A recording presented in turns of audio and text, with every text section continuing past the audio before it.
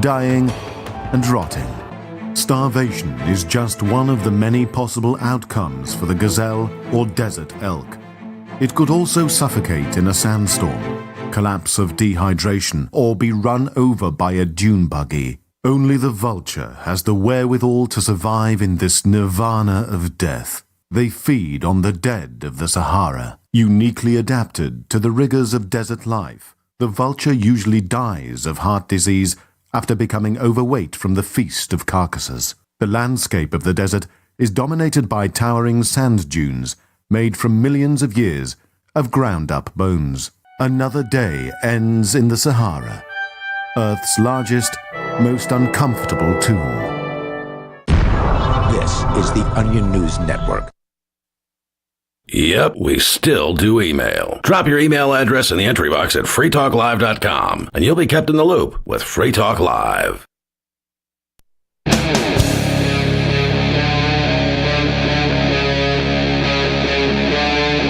Free Talk Live.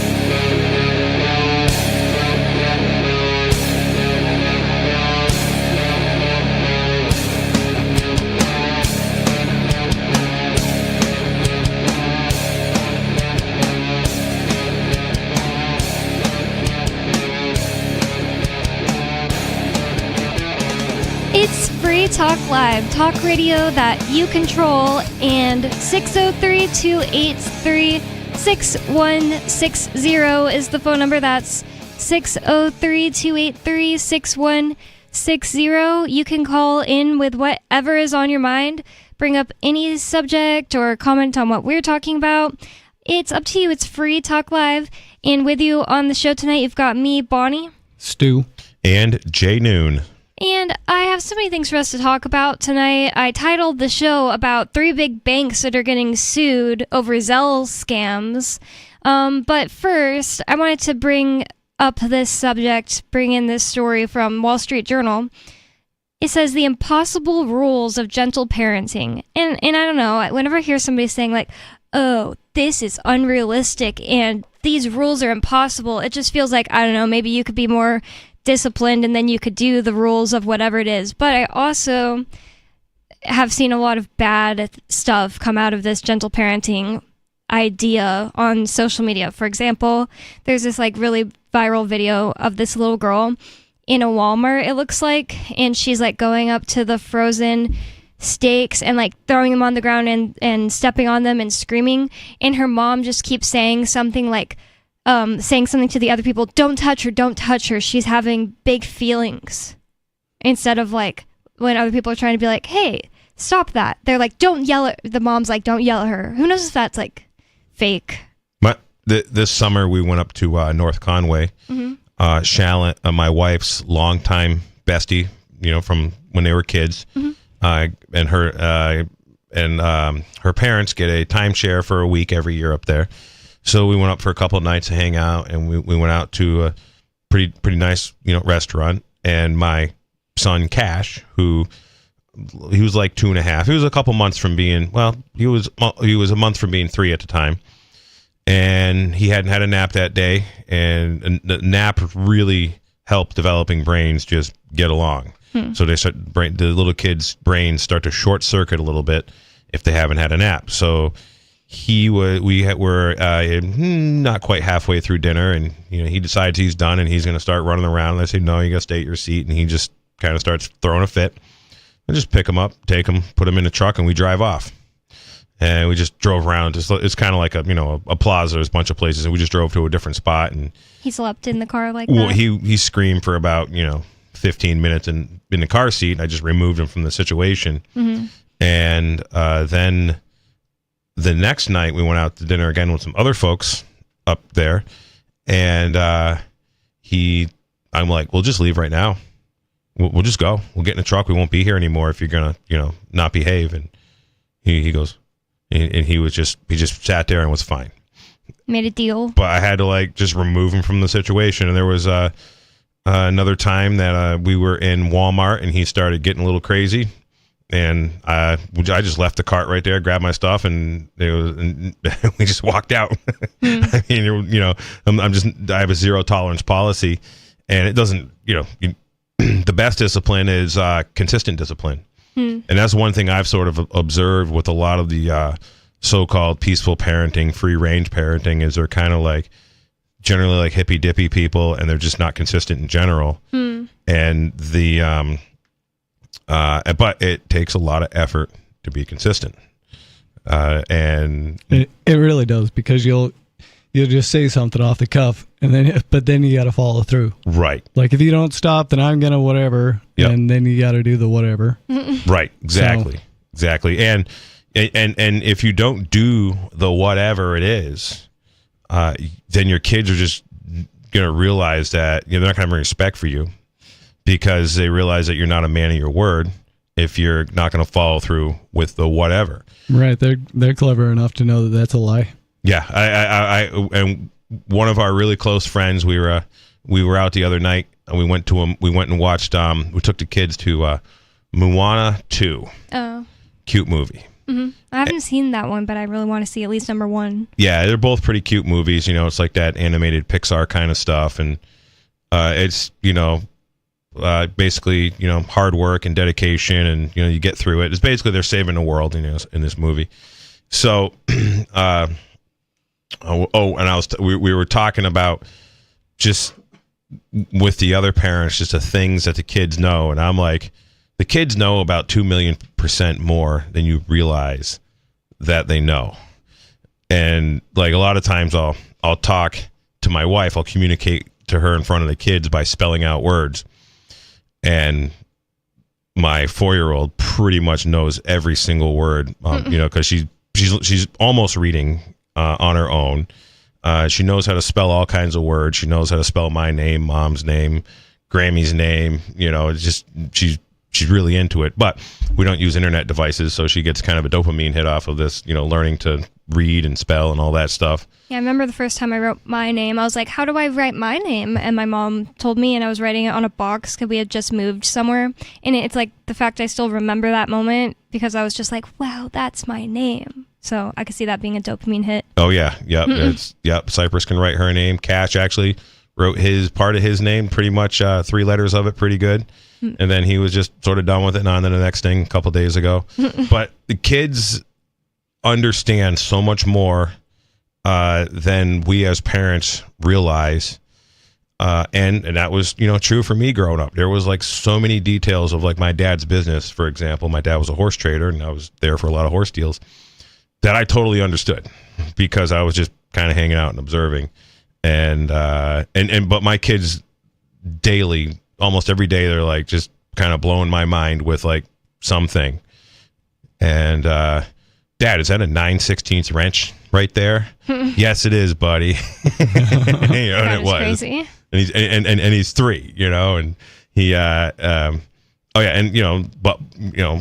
they both my kids could count to 12, well before they were 2 years old, because every time they were getting the eggs, putting them in the egg carton, they were counting. I was counting the eggs right with them. I was thinking that the other day, weirdly enough, because I had this dream one time that I was being shown around by a farmer and his daughter, and then like the daughter started showing me how to pick eggs out of the trees, which doesn't make sense, but it did in the dream. And then the next day I went to your farm, and I was like, I swear this is the layout of the farm I was at last night. I totally forgot to I didn't think about it when I woke up. I didn't think about that I was going to your farm. And when I told you the whole dream, you were like, oh, look, well, Cypress can show you how to pick eggs, and kind of fulfilled the rest of my dream. But I remember she was going like 1, 2, 2, 2. And, but that was like 3 years ago. So I was like, oh, I bet she can just like count now, obviously. Yeah. And a funny thing is we hatched some chicks this spring. And the hens now are all living in a pine tree. They go up in a pine tree every night. Oh, that's crazy. I don't think they're not laying eggs. They're usually laying eggs, like I find like a pile of eggs. I'm not sure where they're laying the eggs, because every time I clean up the eggs, they go somewhere else and lay them. But the eggs aren't like falling out of the tree, are they? Nope. Well, not that I'm aware of. Enough to do that. That's good. That's crazy. I wouldn't have thought of them like going into trees, but Ian said that in his prison he's seen turkeys fly up into trees to sleep. Oh yeah, that's a common thing. Turkeys, they're up in the trees a lot, and and these chickens, just the new chicks didn't really jive with the existing hens. They would just chase them out of the coop when we put them in there, so they just started flying up into the trees, and that's what they've been doing, ever since. But Now it's like an egg scavenger hunt to go find their eggs, and this time of year they're all broken open and because they freeze. They freeze. Oh, wow. I kind of changed the subject there, but yeah. So I would not surprised at all that your kids could do a lot of stuff early, because it's like the whole time, because your son recently turned 3 and he could do all kinds of stuff. I kept forgetting he was even 2, like driving 4-wheelers and stuff like that. Oh yeah. And he's just big, I think. Or is he? Yeah. Kind of big. He's good size for 2? his age. But yeah, so the 4-wheel, they got a little 50cc 4-wheeler. Kid can ride it no problem by himself. He has a hard time using the brakes, but we set it up so it doesn't even go that fast. There's a throttle limiter. And then I picked up a go-kart this summer, a little side-by-side go-kart with a 6-horsepower motor. And I made a gas pedal for him that's like way closer, because it's for bigger kids. And it goes about, you can walk almost as fast as it goes. It's kind of like a jog to stay up with it. And you just, and all my homeschool co-op kids actually have ridden the 4-wheeler and the go-kart, and a go-kart's a 2-seater. So it's really fun to have the kids like give their mom a ride.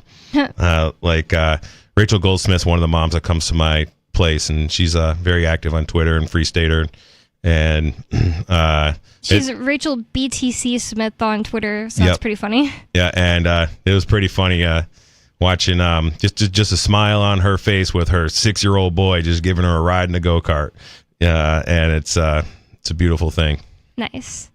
It doesn't surprise me either, because it just seems like the Free Stater kids that I've been around are always, and I say this like a lot on the show, but it's like a really good metric. I think they're always like the only kids that I don't mind messing with Coconut.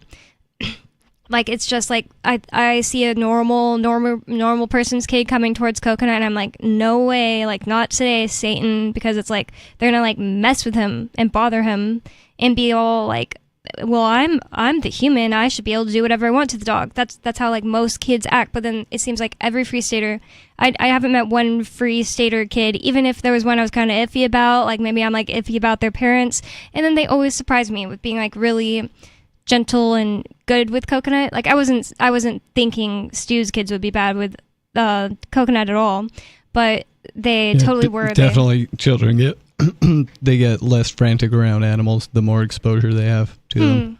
That's definitely a thing. And it's just, I don't know, I feel like Free Staters just like I think a lot of Free Staters are more open-minded. I don't know all of them, obviously, every Free Stater. And I would just think that more Free Staters let their kids do more things. And it's like tons of normies are just like, oh, finally, my kid's 3 and now it's going to go to preschool so I can have me time. Just stuff like that. And their kids are just crazy and not normal. But yeah. One of the things, so Coconut's your dog. Oh, yeah. For listeners out there. And what's he, about 10 pounds, 8 pounds? He's 15 pounds. Oh, he's 15 pounds. Okay. And so he's a little guy. Mm-hmm. So a kid could hurt him, or, and if he needed to defend himself, he could hurt a kid probably. Yeah. I think Coconut's pretty quiet. I couldn't imagine him biting anybody. Yeah, he's never bit anybody. But one thing I will say about the Free Stater families, and this is all my homeschool co-op families, and all the families I've interacted with that claim to be Free Staters, is libertarian principles are private property rights and responsibility, and being responsible for your actions. So I've been, like often I have been telling my kids their whole life, hey, this is private property. You can't do that. You can't act up here. You when my son was throwing a fit in the restaurant this summer, and I was like, this is somebody's private property. This is not our house. You cannot do that. This is, they have rules here, and if we can't follow the rules, then we leave. And so that's a really interesting part of that. I hadn't really considered specifically. Like, I feel like most kids don't even have a concept of that or get told that at all. It's like wherever they are, it's kind of like the attention's all on them, and it's just wherever they are is like they feel like it's all about them. A lot of kids. Little kids are full of the question why. They're always like, why this and why that? And if you don't have good answers to those whys, they just kind of find their own. And they could be way off the mark. So if you offer them the why to whatever it is you're telling them, don't do this, and then you go on because, this is what will happen, or, you know. And for me, I try to focus on, like Jay says about property rights, you know, who's going to suffer if you continue that action, and then think about that person and, you know, how they're going to feel about it. And that usually gets a pretty good response. Not always, you know, kids are just like that sometimes. But Yeah, sometimes they're just melting down and all right, and picking you up. We're going in a truck, and you're getting put in your car seat, and we're leaving. And that's understandable, because if you don't understand why you're having like certain feelings, then it could just like overwhelm you. I've been listening to this podcast that I think absolutely everyone should listen to, called the Telepathy Tapes, and it's all about these autistic kids that can't talk at all, like completely non-verbal autistic kids, that they started communicating for the first time ever in their lives via this thing called spelling that people can be trained on, and then train autistic kids and adults actually to do. And they basically teach them to type. And most of these people, they can't really control their arms and legs very well. And so they have to get trained to just hold their arms still. And so it starts off with like the parent or teacher holding their arms next to the keyboard. And then over like months, they are able to, for a while, like hold their arms there, type messages. And for sometimes they're like, it's like you would have thought of this person as like basically the mind of a 3-year-old because of the way their body acts, but in reality they're completely in there, and they have like a very intelligent mind, even like maybe even more intelligent than the average person their age, because they're able to, like, they're just not in touch with their body, but they completely have a mind, and that's why they're conscious and alive. And so yeah, the wirings just crossed somewhere. yeah, Well, that's what it seems like. Well, in this whole autism thing, we're going to derail the subject a little bit here, but I mean, it's 100% avoidable. Just don't vaccinate your kids. Yeah. It's really the bottom line. There is not a single example of an unvaccinated kid with autism out there. None. And if you go to freedomsphoenix.com and type in the search autism study, I believe, I just saw an article. I didn't read the article. I just read the headline, but it was basically says Dr. Andrew Wakefield was right. Proven vaccines cause autism, and all the vaccines on the childhood schedule, not a single one of them has a double-blind placebo test. And this is, RFK has been talking about this for a long time. Dr. Andrew Wakefield, Dr. Judy Mikovits, Dr. Sherry Tenpenny, they are, what's happening is essentially these vaccines have a chemical in them called Thermacell, which is mercury, which is, from what I understand, and I'm not a doctor, but it changes a gut bacteria, according to Dr. Wakefield, Andrew Wakefield, who is a gastroenterologist. But mercury also conducts electricity, and it is found in, and it can get into the brain, and the brain fires on electricity, and it sounds like a really good perfect storm for short circuiting the brain, and that's damaging. Sort of what's happening with these autistic kids. And it is there's no autistic Amish. In fact, in Lancaster County, in the late Where's that? Lancaster County, Pennsylvania, Okay. big Amish population, the only autistic kids that were in the Amish community were ones that were taken by Child Protective Services, and they take them and just give them a bunch of vaccines. Yeah, I bet they do. And so those are the only autistic Amish kids are the ones that were forcibly vaccinated by the state. Wow. And learntherisk.org is a really good nonprofit put on by Tina. Oh, I forget Tina's last name, but Yeah, me too. But Tina she's is so nice. Tina is Tim Puchette's girlfriend. He is the libertyadvisor.com. So I carry these things around all the time. In fact, I got some out in a car. And anytime I see like a pregnant woman, I just hand them to her. And I'm like, hey, please don't vaccinate your baby. Check this out. That's awesome. Look into this. And This is one of the big issues that I found early on before, when I was still kind of transitioning out of just being a regular statist. And Lori was pregnant at the time. And I found this information on Ernest Hancock's show where he was interviewing Judy Mikovits. And and I didn't want to believe that it was true, that the vaccine thing was bad. And so I looked into it real deep to go ahead and refute it. And if you look real surface level, then you can dismiss it, but it's not based on any fact. And if you dig at all, you're going to find out that they have indeed been poisoning us for decades with what they call vaccines. Yep, for sure. But back to the parenting thing. Why don't you read into this article a little bit? Oh, yeah. Well, I just wanted to say I brought up the telepathy tapes just because I was saying, like, everybody should definitely watch that, because inside the brains of these kids is not only more than, like, the average person expects by seeing them, but they've been proving themselves in tests to have, like, ESP, like, extrasensory perception, I think is what that stands for, abilities beyond, like, telepathy is, like, not even impressive to me anymore with the other stuff these kids have been doing. So everybody should watch the telepathy, or listen to the telepathy tapes. And I think I just brought it up to say, like, oh, well, obviously, like, if you're autistic, you're more prone to, like, having sensory overload, and that must suck. But I don't think people really realize that even non-autistic kids, they're kind of having a situation like that because they're still learning how to deal with this thing that we're used to already now called life. Oh yeah, overstimulation, sensory overload. That's just, part of brain development. So this story from the Wall Street Journal, it says, the impossible rules of gentle parenting. Parents are pushing back on their authoritarian upbringings.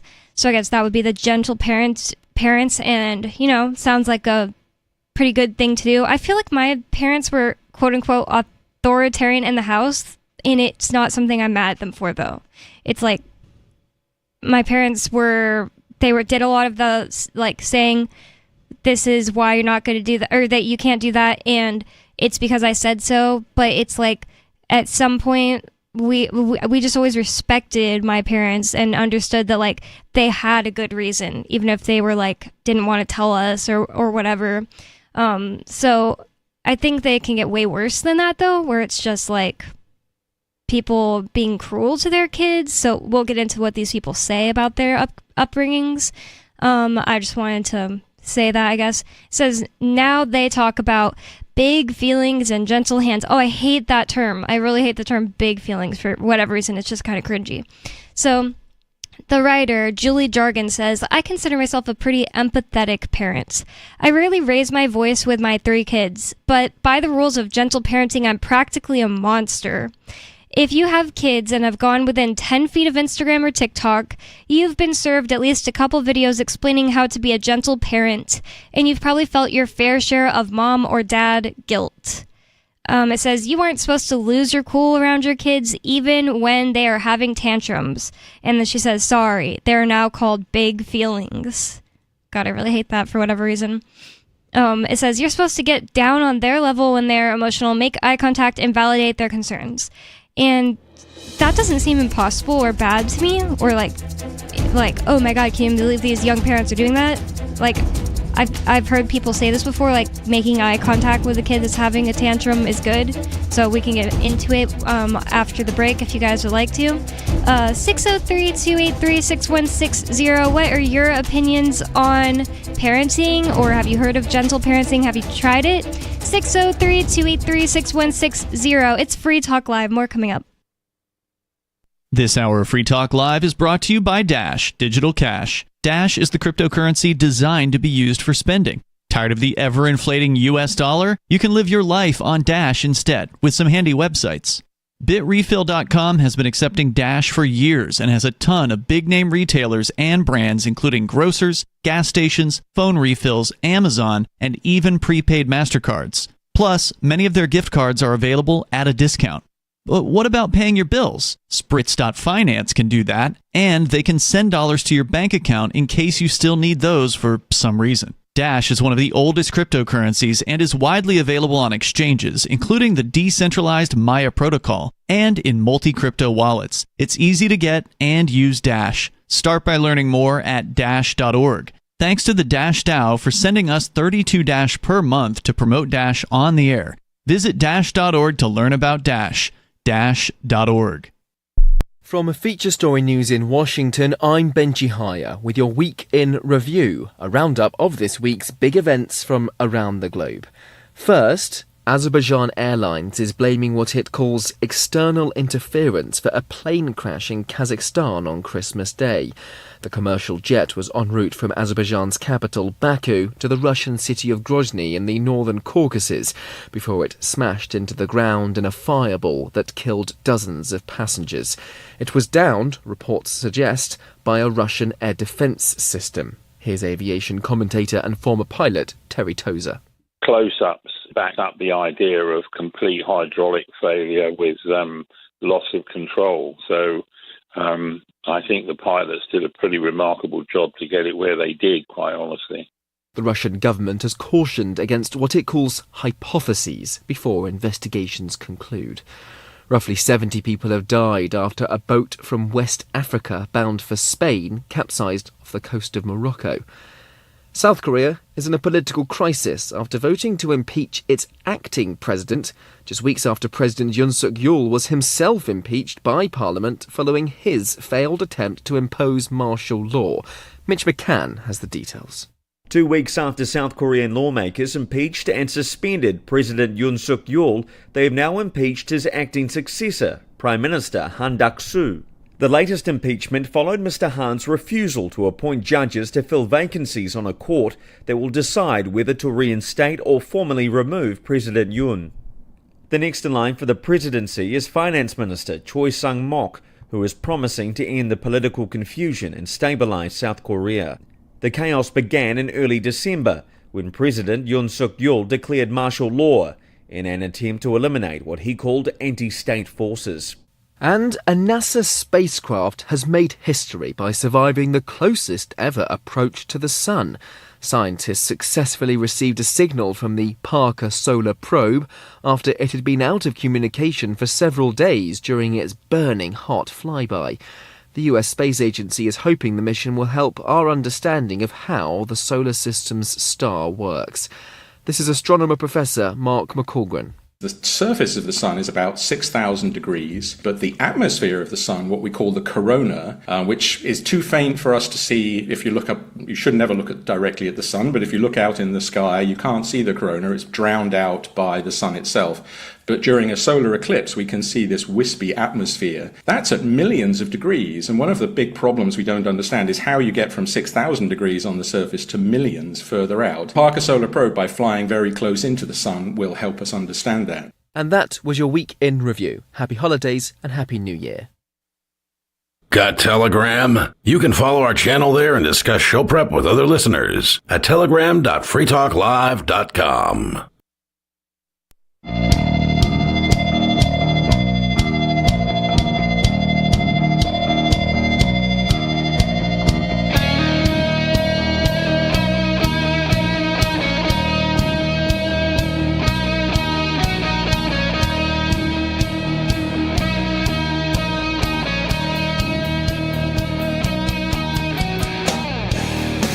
It's Free Talk Live, talk radio that you control, and 603-283-6160 is the phone number. That's 603-283-6160. Not your keys, not your Bitcoin is a lesson that too many people have learned the hard way. It's always best to get your crypto into a wallet that you control, but not all wallets are equal. Many of our hosts have been using Edge Wallet for years to manage crypto, and there just aren't many wallets to compare. Featuring a unique login system that makes it easier for you to access your crypto from multiple devices, Edge is designed to be user-friendly. In a space that can be notoriously difficult for non-tech people, Edge is a valuable tool for novices and experts alike. You can learn more at edge.app, that's edge.app, which features a link at the top for those who wish to learn more about crypto and wallets. Thank you to Edge for sponsoring Free Talk Live, and again, to learn more, visit edge.app. With you on Free Talk Live tonight, you've got me, Bonnie, Stu, and Jay.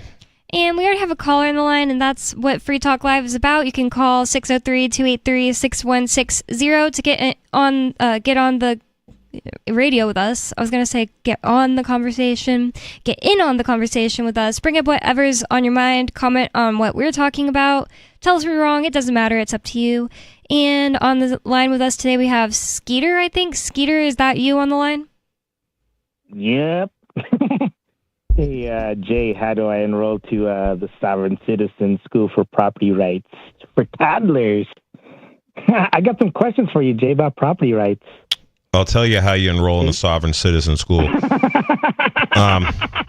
Just understand, a sovereign is a free man, a citizen is a subject to the jurisdiction of a particular government or state. So the term sovereign citizen is, I believe, purposeful disinformation created essentially by, I don't know, FBI or CIA or something to sort of start up. You know, those guys are actually the original starters of sovereign citizen groups and the whole sovereign citizen like stuff. So sovereign citizen is an oxymoron.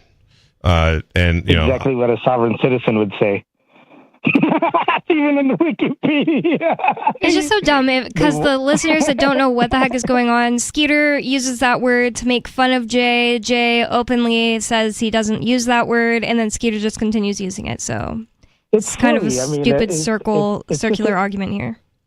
It's just a derogatory term to describe people who think that laws that don't apply to them. They think in their mind that somehow citizenship is somehow like a burden and it doesn't apply to them, but they constantly use how can something apply to you that you don't agree to or sign up for?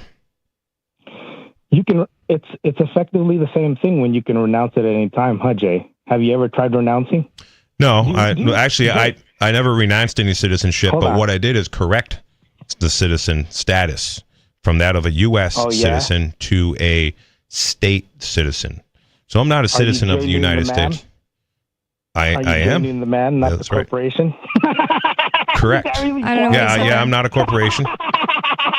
Okay, if you're going to keep laughing over people's answers, I'm seriously not going to keep you on the line, Skeeter. It's just annoying. Okay, let me get serious then. I got some questions about property rights since you run a school, Professor Jay.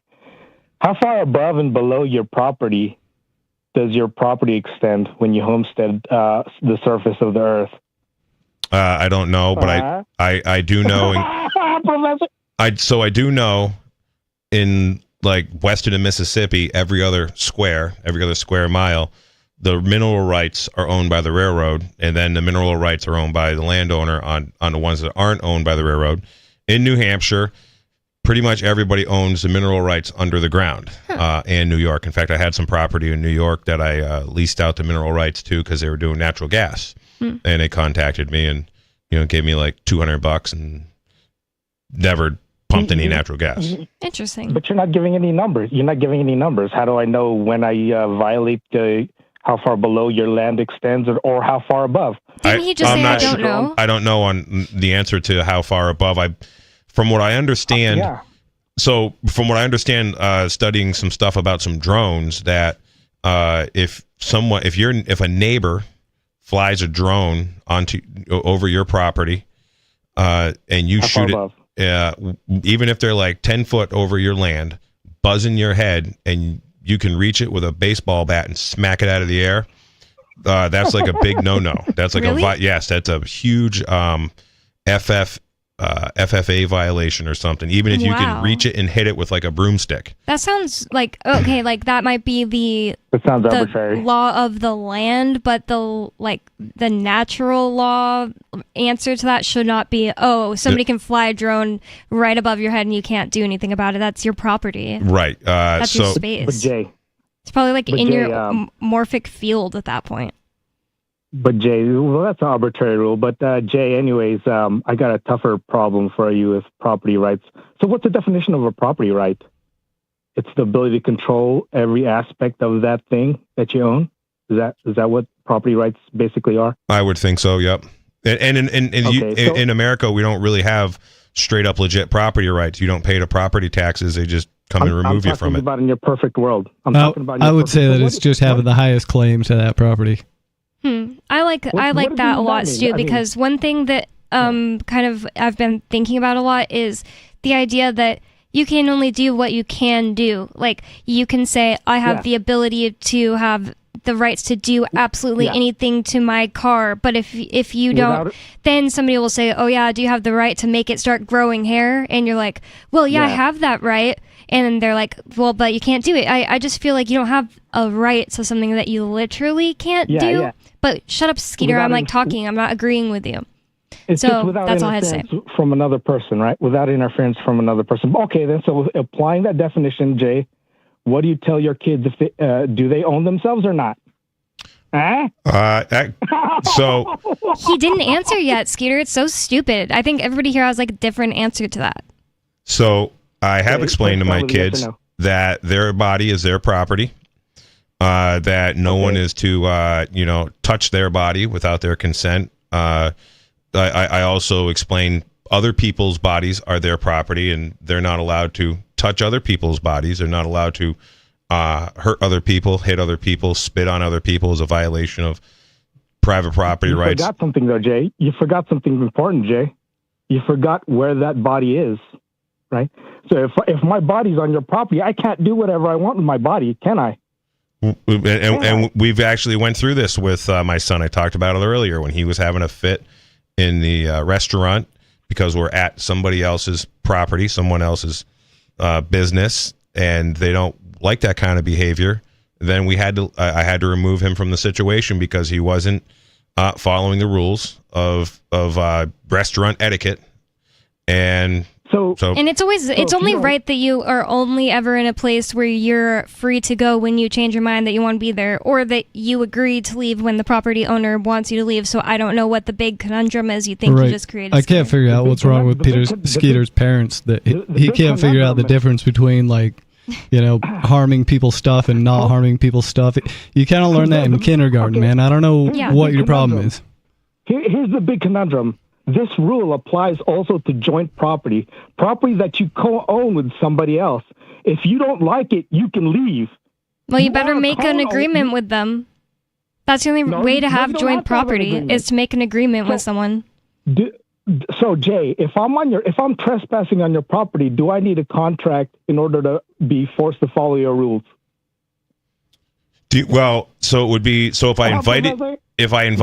contracts can come in many forms.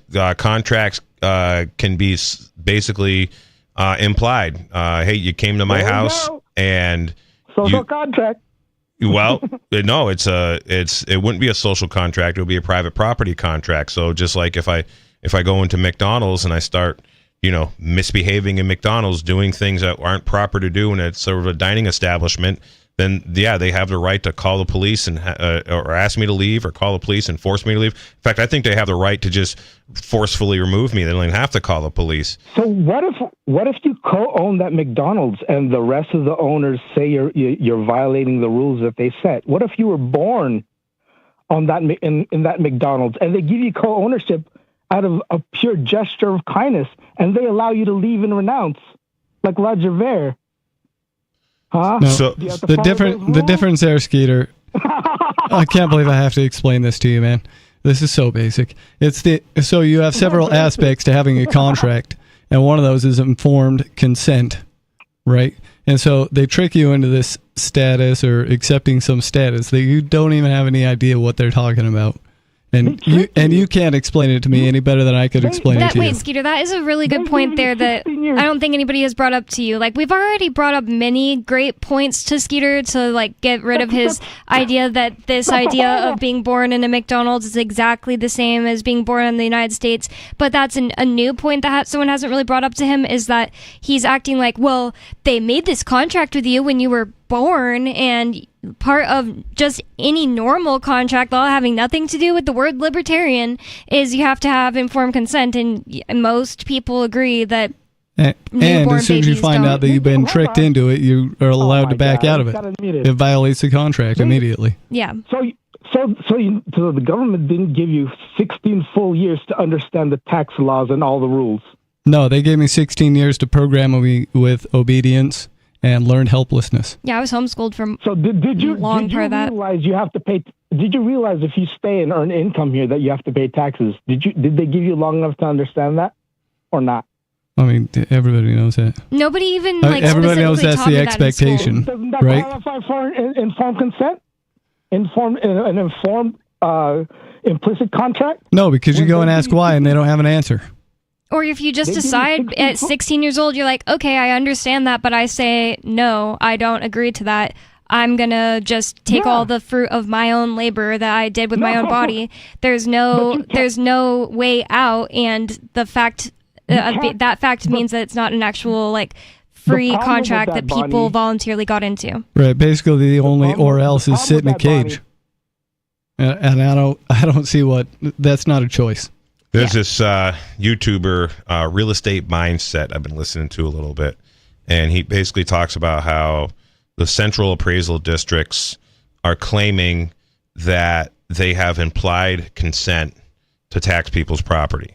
And what this guy talks about, he basically is talking about, covers many things, but he actually does a course. I haven't took it yet. He offers a free course. It's a long course. It's multiple parts on how to sue the central appraisal district, because what they're doing is all the real estates, all the properties are very much overvalued, 40 to 50% overvalued everywhere.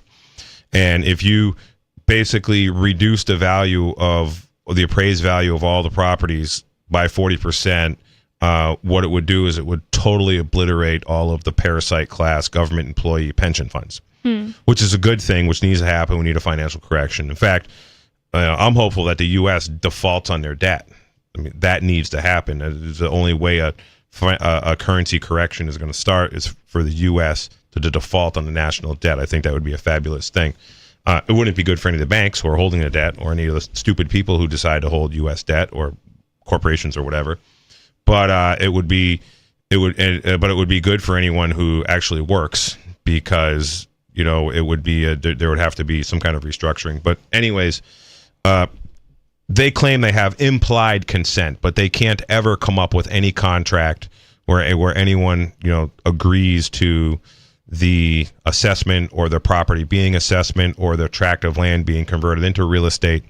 Because if you look in Black's Law Dictionary, edition 4, the term real estate basically applies only to residential, commercial, and agricultural lands.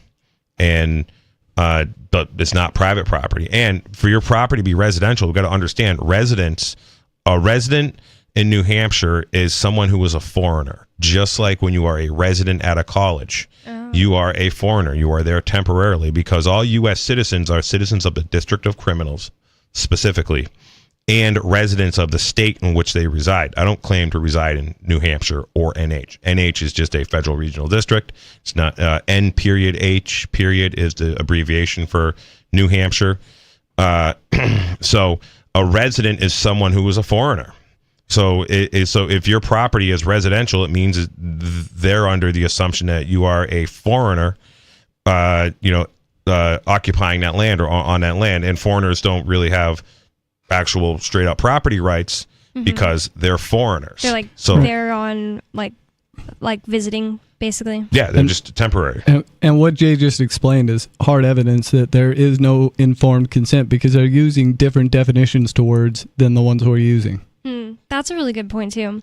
Some of the other things for listeners who've never listened before to Skeeter's really stupid calls that we have said to Skeeter that just to explain that his analogy he thinks is so great is not one-to-one.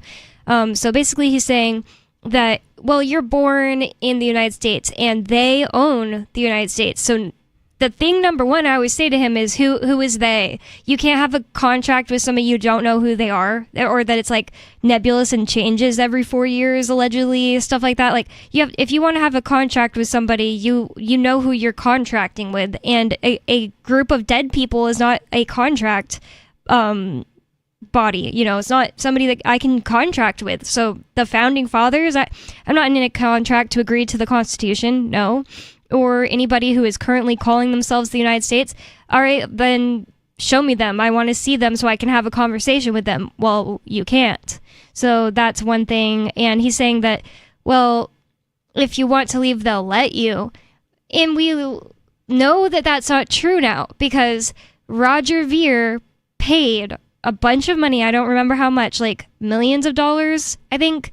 in order to leave the United States and renounce his citizenship. He did the whole process the way that his lawyers and the people who took care of his money, I forget what the word is, like... Yep, lawyers usually screw you. He did it the way that he was told is the legal way to do it, and he was gone for 18 years, I think, 15 years, and they went after him and arrested him in another country, telling him that, oh, well, actually you didn't pay enough, and so we're going to extradite you to the United States, and you need to pay us like $1 million more. I don't remember how much more dollars, and he's facing like, I think is like 100 years in prison over it, like he did something wrong. So we know that you can't just, okay, tell me how much to pay and I'll go, thank you so much for all the roads I've gotten to use, even though I pay tolls. Thank you so much for blah, blah, blah. I've gotten to use. For bombing all the people, for the in my name. For the million Ukrainians that you've used my dollar to make sure they got executed, 500,000 babies during the Clinton administration that were executed in Iraq, and just it goes on and on and on. And not to mention the fact that if I didn't have to do all that stuff, pay you for all the quote unquote services, I'm pretty sure that us human beings could do a much better job at those exact same jobs. Yeah, I don't know if anybody's taken a look at the roads lately, but they're not very good. And they're doing stuff like taking part of my property in Keene to build the road bigger, and they don't have to make any kind of a good plan with us. All they have to do is be like, well, we're going to give you this much money. That's what they're doing on not this house, but the old Moose Mart. They still have a bridge on 101 that's got like 1.5 inch bump. Oh, yeah, that's what one thing that was talked about in the meeting about it is they were like, yeah, so we noticed that the bridge is actually not up to code, and it's something about it being an incline. Yeah, if you're going 45 over that, and you do that enough times, it's going to take a toll on your car. Oh, on your car. Okay. I didn't know if they were saying that so now when I drive over that bridge, I'm like, it could be me and then it could break. But anyways, I guess not the bridge breaking. They just don't care that they are damaging your car, and then you have to pay them to drive your car as well. But yeah, it's a pretty dumb argument, Skeeter. Talk to you later. We have another call on the line. Sarah in New Mexico. Sarah, you're on Free Talk Live. What's on your mind? Oh, yes, they just announced that they're going to be redoing Coors Boulevard to make it safer for pedestrians and bicyclists. It's weirdly on topic because they're talking about something like that in Keene too, but you're talking about in Albuquerque, New Mexico? Talking about Coors Boulevard. Yeah, Coors Boulevard. Yeah. So they or you can call it Coors. Speeders, they want to slow them down. So what was he talking about? What was he, that guy, that... Actually, the caller was talking about something else. I just brought up that the city of Keene here in New Hampshire is redoing a road, and they're gonna use eminent domain to take a little piece of our property. Yeah. Well, I mean, there must be a big reason behind it. So, but I don't know. But see, the thing is, the city announced this like about a year ago. They said they're going to announce it. I don't know why they're announcing again. And I guess they're just giving time for people that want to oppose to come out. They really have to include the public, right? Here in Keene, it's been like a year since they first talked about it, and they've had multiple public hearings, and they pretend in these public hearings, they're like, we wanted to make sure you all got to say what you wanted to say, and they have these it's like they went to an acting school and learned their best listening face, and when you're like asking your question, they're like, yeah, so it doesn't matter. At the end of the day, they're going to do what they want to do. They don't even have to give you a good deal for your stuff, and it's kind of funny, Sarah just assumes the city of Keene has a good reason for it. I've already figured out the reason for why they're taking this little sliver of our land is because they want to do a roundabout instead of a four-way stop. And why would that be? It's because they have exactly $7 million federal dollars to do this project, and then they get to keep whatever is left over. So they're going to do the cheaper way, which it's cheaper to build a roundabout than a four-way stop with sensors and 4 sets of lights. So it's not really a good reason. They announced it. How many meetings did they post? They actually whether they listen to you or not. That's the whole thing about this course project too. They announced that we're going to do this. They said this almost like over a year ago, and I got all excited for nothing. And now they announced now they're going to start building it. Well, I got all excited for nothing. You thought they were going to be fast about it. Yeah, they never. No, they started fixing a bridge here in Keene, and like 2.5 years later, they were done. Not a big bridge, yeah, just like a little one on a 25-mile-an-hour road. Just 2 lanes, little bridge. And the Republicans want to get rid of all the Mexicans. It's a terrible idea. Our bridges are going to take 4 years. I don't understand why. Oh, that's okay. And I found that speeding camera. I got all excited. Last year they said we're gonna put in 20 more speeding. I got all excited. I called the mayor's office yesterday. He says, "Well, now we're going to be putting in 20 more speeding cameras." Well, I thought you announced it a year and a half ago. I mean, are you upset with the customer service of your government, Sarah? Well, I just don't understand why they have to keep dragging everything out when they announced it. They announced the course project again a year and a half ago, but it's this. You have to include. They have to make note. So and so date. We announced the date at the community center at 7:00. We had people, and then people signed in, and then we talked about the subject. How many people were for it, against it? They have to document every meetings. You know what I'm talking about? Or they just can't build it.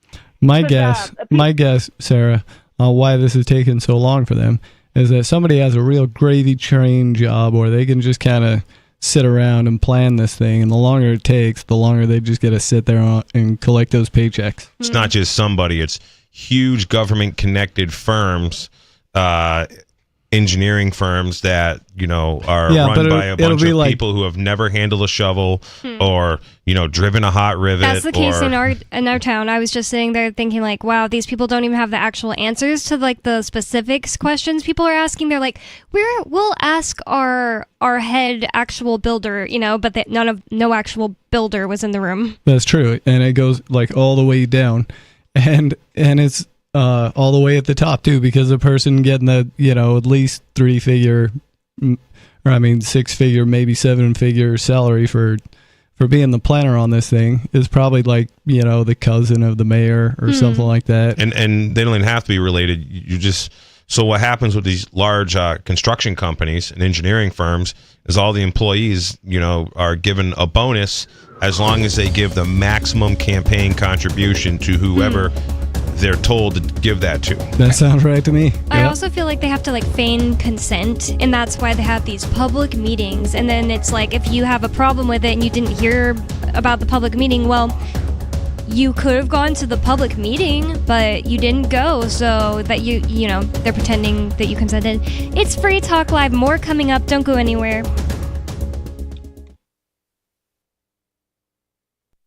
On Free Talk Live, we're bringing people to the ideas of liberty every day. From wrestling superstars like Glenn Jacobs. You guys really are having an impact, I believe. Like I said, a lot of where I am now is due to listening to Free Talk Live. You changed my mind on some very important issues years ago. To random people tuning in on the radio.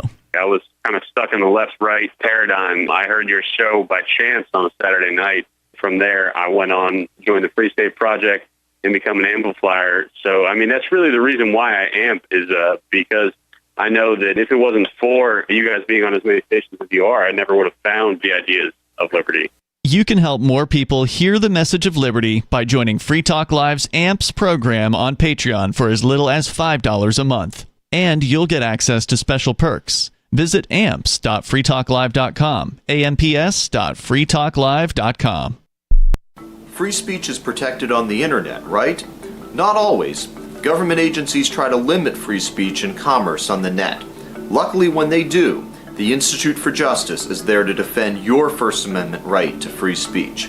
IJ helped set the first federal precedent for internet free speech in 1999, and ever since has worked to prevent unconstitutional roadblocks in cyberspace. Visit our website today at ij.org.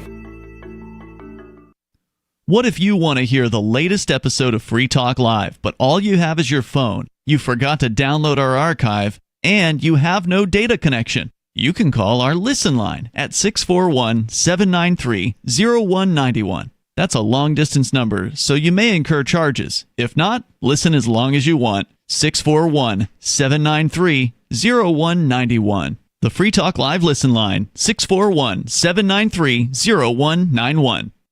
You're listening to the live edition of Free Talk Live. Hour number 2 is next, after the news, here on the Liberty Radio Network at LRN.FM. From Feature Story News in Washington, I'm Benji Haya with your Week in Review, a roundup of this week's big events from around the globe. First, Azerbaijan Airlines is blaming what it calls external interference for a plane crash in Kazakhstan on Christmas Day. The commercial jet was en route from Azerbaijan's capital, Baku, to the Russian city of Grozny in the northern Caucasus before it smashed into the ground in a fireball that killed dozens of passengers. It was downed, reports suggest, by a Russian air defense system. Here's aviation commentator and former pilot Terry Tozer. Close-ups back up the idea of complete hydraulic failure with loss of control. So I think the pilots did a pretty remarkable job to get it where they did, quite honestly. The Russian government has cautioned against what it calls hypotheses before investigations conclude. Roughly 70 people have died after a boat from West Africa bound for Spain capsized off the coast of Morocco. South Korea is in a political crisis after voting to impeach its acting president, just weeks after President Yoon Suk-yeol was himself impeached by Parliament following his failed attempt to impose martial law. Mitch McCann has the details. 2 weeks after South Korean lawmakers impeached and suspended President Yoon Suk-yeol, they have now impeached his acting successor, Prime Minister Han Duck-soo. The latest impeachment followed Mr. Han's refusal to appoint judges to fill vacancies on a court that will decide whether to reinstate or formally remove President Yoon. The next in line for the presidency is Finance Minister Choi Sang-mok, who is promising to end the political confusion and stabilize South Korea. The chaos began in early December when President Yoon Suk-yeol declared martial law in an attempt to eliminate what he called anti-state forces. Elsewhere on the continent, Pakistani airstrikes in Afghanistan have left approximately 50 people dead, according to Taliban officials.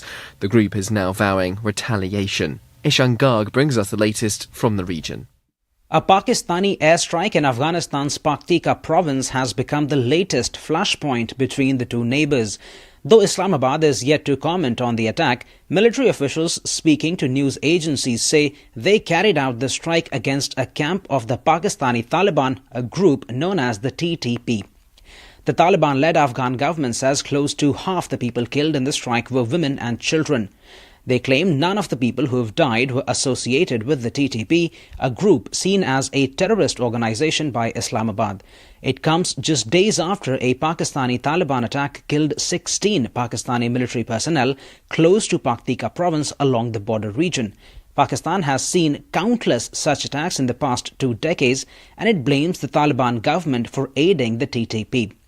Taliban officials in Kabul have criticized the strikes, saying it's a blatant violation of all international principles. They are threatening retaliatory strikes against the Pakistani army, further escalating tensions between the two countries. Israeli airstrikes hit Yemen's main international airport. Here's our chief correspondent Simon Marks breaking the news at the time. Israel says it has hit Houthi targets across Yemen with airstrikes. The Israeli military says it struck military targets belonging to the Houthis because the rebel group has repeatedly attacked Israel. It's reported that the international airport in the capital Sana'a was hit, along with the Al-Dailami military base. The head of the World Health Organization was at the Yemeni airport. Meanwhile, 5 journalists in Gaza were killed in a separate Israeli strike that Israel's army says was targeting an armed group in the Palestinian Strip. And a NASA spacecraft has made history by surviving the closest ever approach to the Sun. Scientists successfully received a signal from the Parker Solar Probe after it had been out of communication for several days during its burning hot flyby. The US Space Agency is hoping the mission will help our understanding of how the solar system's star works. This is astronomer Professor Mark McColgren.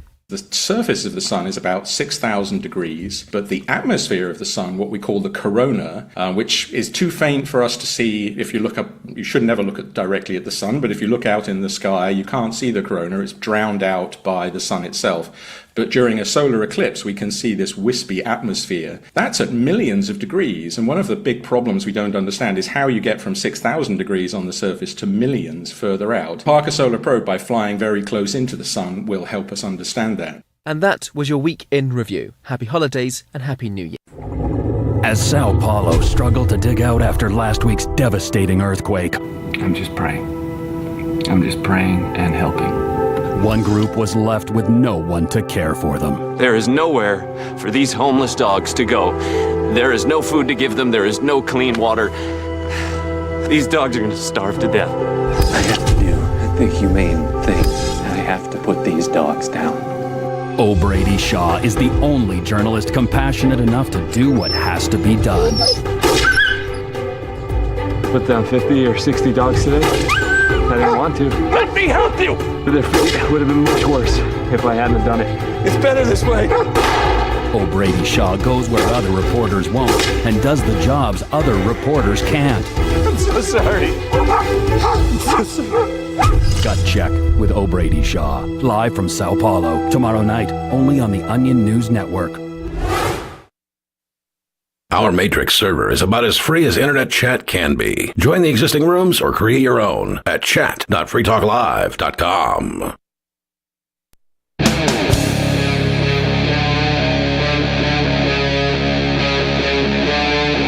Free Talk Live.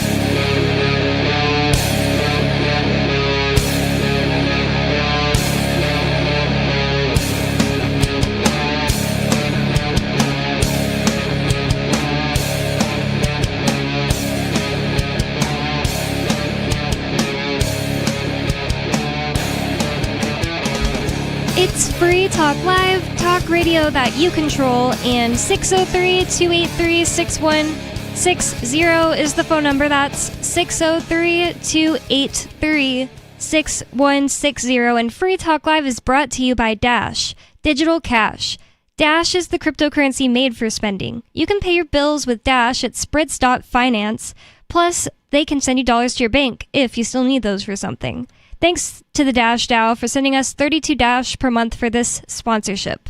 It's easy to get and use Dash. You can learn more at dash.org. That's dash.org. And with you on Free Talk Live tonight, you've got me, Bonnie. Stu. And Jay. And just like commenting on this Dash thing really fast, my dad or somebody else that listens to Tucker Carlson told me that he's always saying stuff like, man, I'm interested in this whole Bitcoin thing, but until I can buy anything at the grocery store with Dash, I'm not interested. Or he doesn't say Dash, Bitcoin, I'm not interested.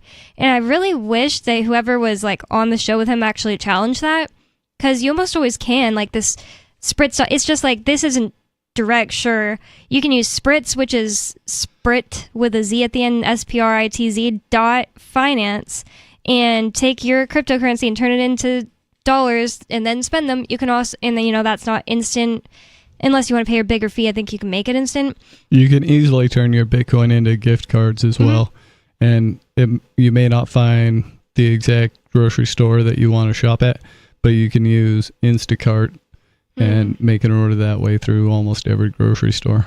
I also saw that they have just like some Visa ones on BitRefill. So, like, it could be just a general refillable credit card. Sometimes. I think some of them are like, sold out today. Can you do this without the Know Your Customer stuff? On BitRefill is an email sign up. All you have to do is I've used BitRefill before. Yeah, you can make a brand new email and then do it that way. So it's like basically without KYC, because you don't have to have any KYC tied to a real KYC, like confirmed KYC tied to an email. And especially if you're using like VPNs, you know how to be really private about it. You could be pretty private about it. Spritz.finance is also, you don't have to do KYC with it. That's why I use it, because it's just like, yeah, I could do it through the crappy devil run Binance people, and pay a smaller fee. But they're asking for KYC, and plus it's just the principle, like, I want to support them, so. Yeah, it's no fun sitting in front of your your computer's webcam and doing the whole facial turn recognition thing. It's so invasive. Yeah, it really is. And it just shouldn't be that way. We should be able to do things without that. So I am glad you asked. But we were talking about a different subject, and in the very first hour of the show, really, because then we had callers call in with their own subjects, and that's what you're allowed to do on Free Talk Live, and it makes the show more interesting. So that's 603-283-6160 if you'd like to bring up whatever's on your mind. But in the first hour of the show, we were talking about the impossible rules of gentle parenting. This is an article by Julie Jargon, which is kind of like a funny name because, I don't know, it sounds like she just uses jargon all day. Probably a pen name. That does sound like it could be a pen name. From the Wall Street Journal. So I'm just going to start over because we didn't get that far. She says, I consider myself a pretty empathetic parent. I rarely raise my voice with my 3 kids, but by the rules of gentle parenting, I'm practically a monster. If you have kids and have gone within 10 feet of Instagram or TikTok, you've been served at least a couple videos explaining how to be a gentle parent. It really reminds me of in the show Rugrats. It's a show about a bunch of babies and they can talk to each other, but the parents can't understand them. It just sounds like goo goo gaga. And all of their parents talk about this parenting scientist who they all read, and his name is Dr. Lipschitz, and that's kind of funny. I feel like it's like a subtle, I don't know, it's kind of saying that he's out of his mind or something. It's kind of like a silly name on purpose because they're all like, Dr. Lipschitz says never to blah, blah, blah, and it's kind of always purposely crazy, I don't know, kind of over dramatic and stuff. So the new Dr. Lipschitz, I guess, is TikTok and Instagram. Almost worse. It feels like if you don't have some kind of a theory about whatever the subject is and you're learning about it on social media, if you don't have a solid foundation, you're just basically getting pulled left and right. You could believe one thing one day and an opposite thing the next day if you don't have your own basis and a backbone. And it's not even just with parenting, it's whatever thing you're learning about, if you just let Instagram and TikTok tell you what to believe. But so they said you've probably seen these videos and you've probably felt your share of mom or dad guilt. And other parents, or at least other people on the internet, are so mean to each other about that kind of thing. For example, Candace Owens, she said, my kids are all under 3 and I've never bought them a gift. Their family gives them gifts. So I tell them, this is from your grandma, this is from your grandpa. And she doesn't give them any gifts because she gives them everything else in their lives. And she said maybe when they're older, she will do it differently. And I saw this person comment maybe you had some kind of trauma in your life and that's why you find yourself struggling to be a more loving parent. And it's just yeah, the whole gifting of Christmas entitlement really drives some hardcore materialism in kids. Yeah. So I know a family that their kids are getting just crazy amount of stuff. The kids are teenagers now, and the mother and the parent. I told the parents is listen, this is insane. This is hardcore materialism. I mean, they're just literally just it was 100 gifts per kid, in excess of 100 between aunts, uncles, grandparents, all kinds of stuff, and I'm still pretty close with this family, and the mom is yeah, you're right about materialism. I really wish I had reined it in, and we didn't buy our kids hardly anything for Christmas. It was I shouldn't say hardly anything. They definitely each got some gifts that we bought, but they also got gifts from their grandparents. They got gifts from their uncles and aunts, and it was a lot of stimulation, and it is it's they were a little crazy the day after Christmas and the day after that. They were they definitely got this massive dopamine hit from all these gifts, and kind of became little monsters, and it took a few days to wind down from it, and it's and then dopamine dysregulation syndrome. So what that is it's really noticeable, this dopamine dysregulation syndrome, when kids are been using internet devices, and then you take the internet device away. And so let's just say the power goes off and the internet don't even work.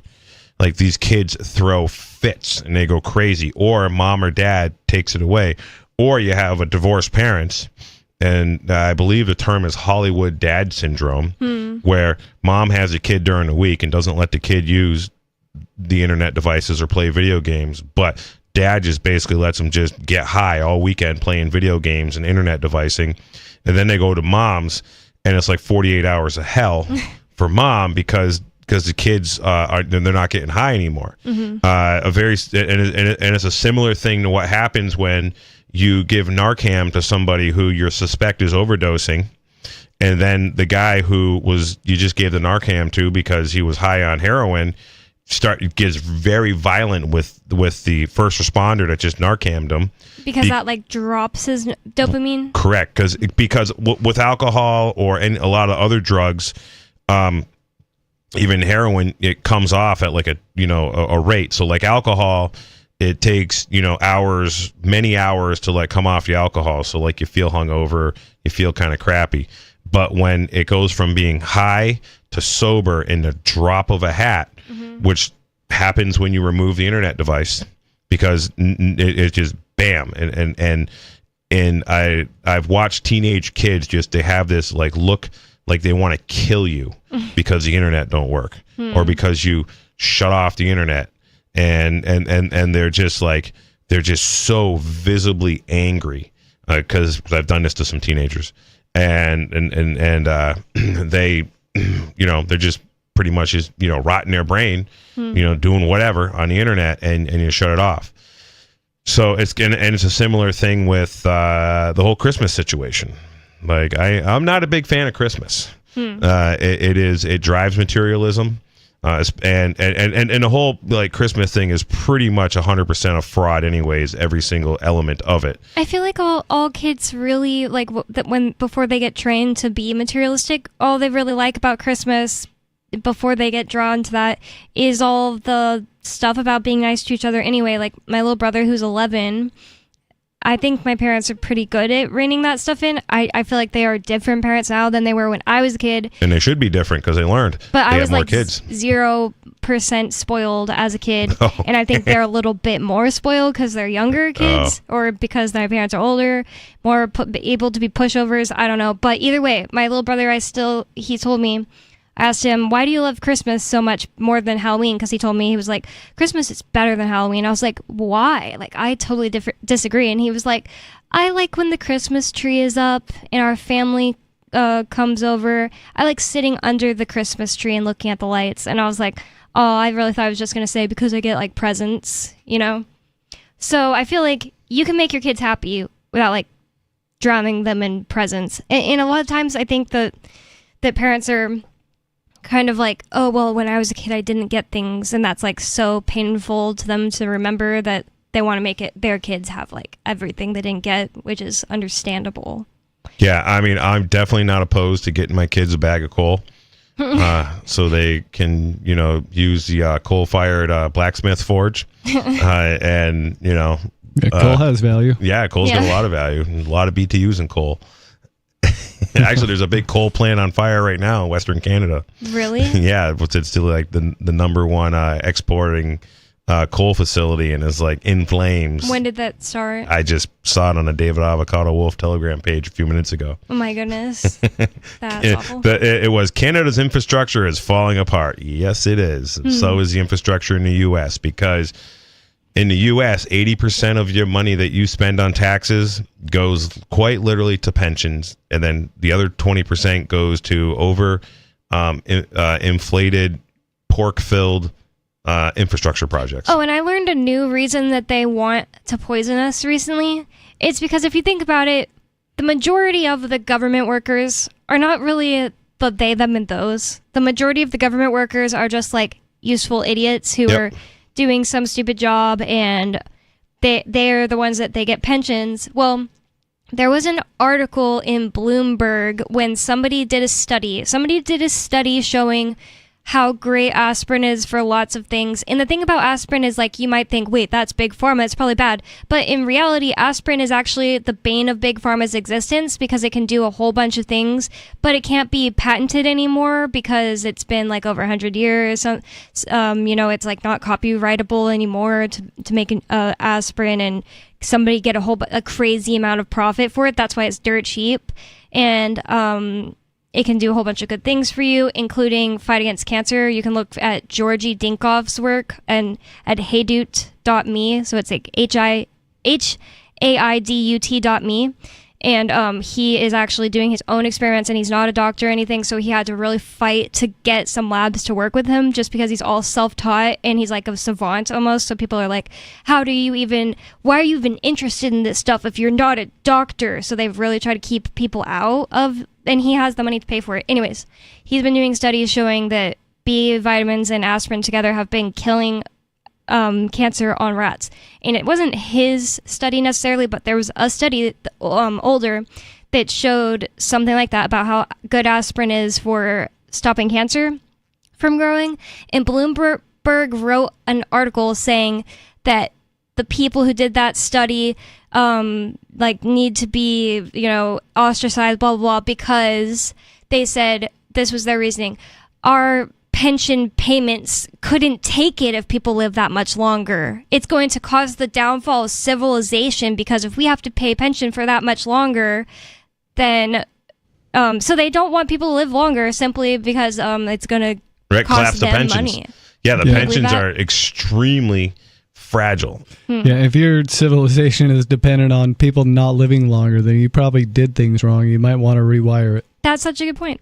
Well, we have a caller on the line, so I'm going to go to the phones. Cadu in Connecticut, you're on Free Talk Live. What's on your mind? Yeah, Jay, don't get me wrong. This was a thing earlier in the show. I am pretty much anti-vaccine at this point, but don't you think the Amish not appearing autistic thing could have a variety of other factors not having to do with vaccination, just due to all their different lifestyle things that they have going and having a totally different kind of culture? Sure. But there is studies out there and tons of studies that they're refusing to acknowledge that autism is a direct link to essentially the Thermosil and the vaccines. But you are right. The Amish live a lifestyle where they're having babies much younger. They are active and working and moving. They're not well. Some of them are becoming algorithmic slaves. I've had a conversation with an Amish elder actually in March of 2020. A very lengthy conversation about Facebook, and they're on Facebook. Yep. They can't even take pictures of themselves. They got smartphones. But they're not supposed to take pictures of themselves, I thought. Whatever. At this point, I'm about as skeptical about vaccination as anyone could be. But it just occurred to me, there's a lot of different things like we're doing that they're not doing. That sure. But they're eating a lot of the junk food. There's Amish on food stamps now. Oh really? Yeah. I didn't know that. Yeah, there's a big problem with it. And that's even when they're not on that thing where they can choose to leave, like Rem Springer or whatever that thing's called. Yep, that's when they're still there. And the Amish on food stamps was literally something I heard about 6 weeks ago from a guy that I used to do a lot of business with. I called him about getting some cattle because if anybody pays attention, cattle is extremely expensive. In fact, last week, 1,000-pound steers in North Platte, Nebraska, brought $2.64 a pound live weight. That's the highest in history. Wow, history. That's $2.64 a pound for on the hoof 1,000-pound cows. But there's a massive shortage of cattle. But we were talking. But anyway, so I called the guy upstate New York. He deals with a bunch of Amish, and he's like, "Oh yeah, it's getting crazy." He says, he owns a construction company, raises cattle. I used to buy a lot of hay from him, and he hires a lot of Amish. And he says that Amish are on food stamps now. he knows of a few Amish. So if that's true, then so what affiliation do the Amish have with the state? I didn't even know they had a that they were like quote unquote citizens or whatever.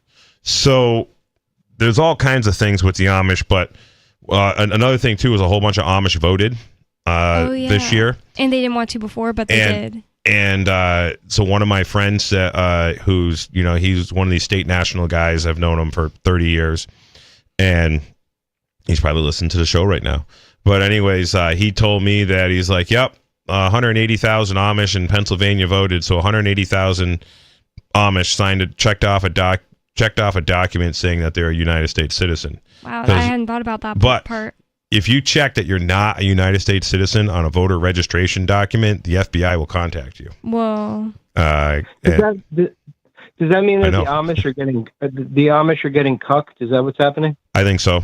Well, it sounds like they've like systematically went after every little group that they could, and I've been saying this about Mormonism. So Mormons, they're getting vaccines, so that's not really the thing I'm talking about, but they have a pretty tight grip on like raising their kids to be decent. Like they're all like decent, or like a lot of them.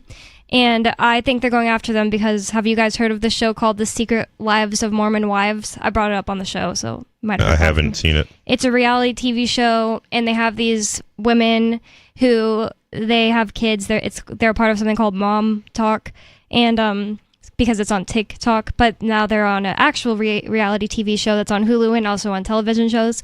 And my theory about this is they're trying to kind of make Mormons go like, yeah, I can be Mormon and also be progressive and like start dressing worse and acting worse. It's like they're kind of just displaying this like bad behavior on TV, and it's all about like, the fact that these people are Mormons, and they don't really focus on the actual religion or anything that the people believe in at all. In fact, they keep framing it really in a bad light. Not that I'm saying it's really good either. Like Stu was ex-Mormon. Obviously he like left it for a reason. And I think that there are like plenty of bad things with all kinds of organized religions. I'm basically like an equal opportunity religion disliker, but like organized religion. But it's just true that these people had a culture that is mostly good, and I think that they're kind of targeting it. And I feel like that happens with everything. Like the Maasai is a group of people who live mostly like hunter-gatherers in Africa, and they've been doing really bad stuff where they have been like corporations have been buying land around them, or actually it's the government, sorry. The government has been buying like land around them to where they actually can't go hunting, or they're like scaring away the animals. And then a bunch of them keep doing a thing where I don't know if they have like a ram sign or a ram sama, whatever that is. But some of them keep choosing to leave their culture, and they have a saying, the ones that stay in, they have a saying, I don't remember if it rhymes or anything, but they basically say like, if you leave, you end up getting fat in like less than a year. And they've been noticing that because like everybody who lives like them is pretty like fit, not even just like, starving, but like fit and healthy. And the people that leave, they immediately are on sunflower oils and stuff like that in the African cities around there. And like they won't see them for a while because they don't have the internet or anything, and they have to go into the city for something. They see someone that used to be a part of their Maasai tribe, and they're like, whoa, she like looks completely different. She got so fat in just like a few months because of their lifestyle change. And I just, it seems pretty obviously systematically like targeted too, where they're like trying to get them into alcohol and stuff like that. Yeah. So I think that them and those are going after all the last like cultures of people that are kind of untouched by just crappiness. Well, there's barriers. There's barriers they got to break down in order to get, full state communism, and the Mormons are good at the nuclear family thing, which is a problem for them. And that's a huge thing they're targeting in this show. Like, there is a whole storyline about... Yeah, they call them trad wives. There's this whole storyline where they want this one girl to break up with her husband, but the thing is, like, her husband is really crappy. I hate him. Anyways, more Free Talk Live coming up. 603-283-6160 if you'd like to get in on the conversation.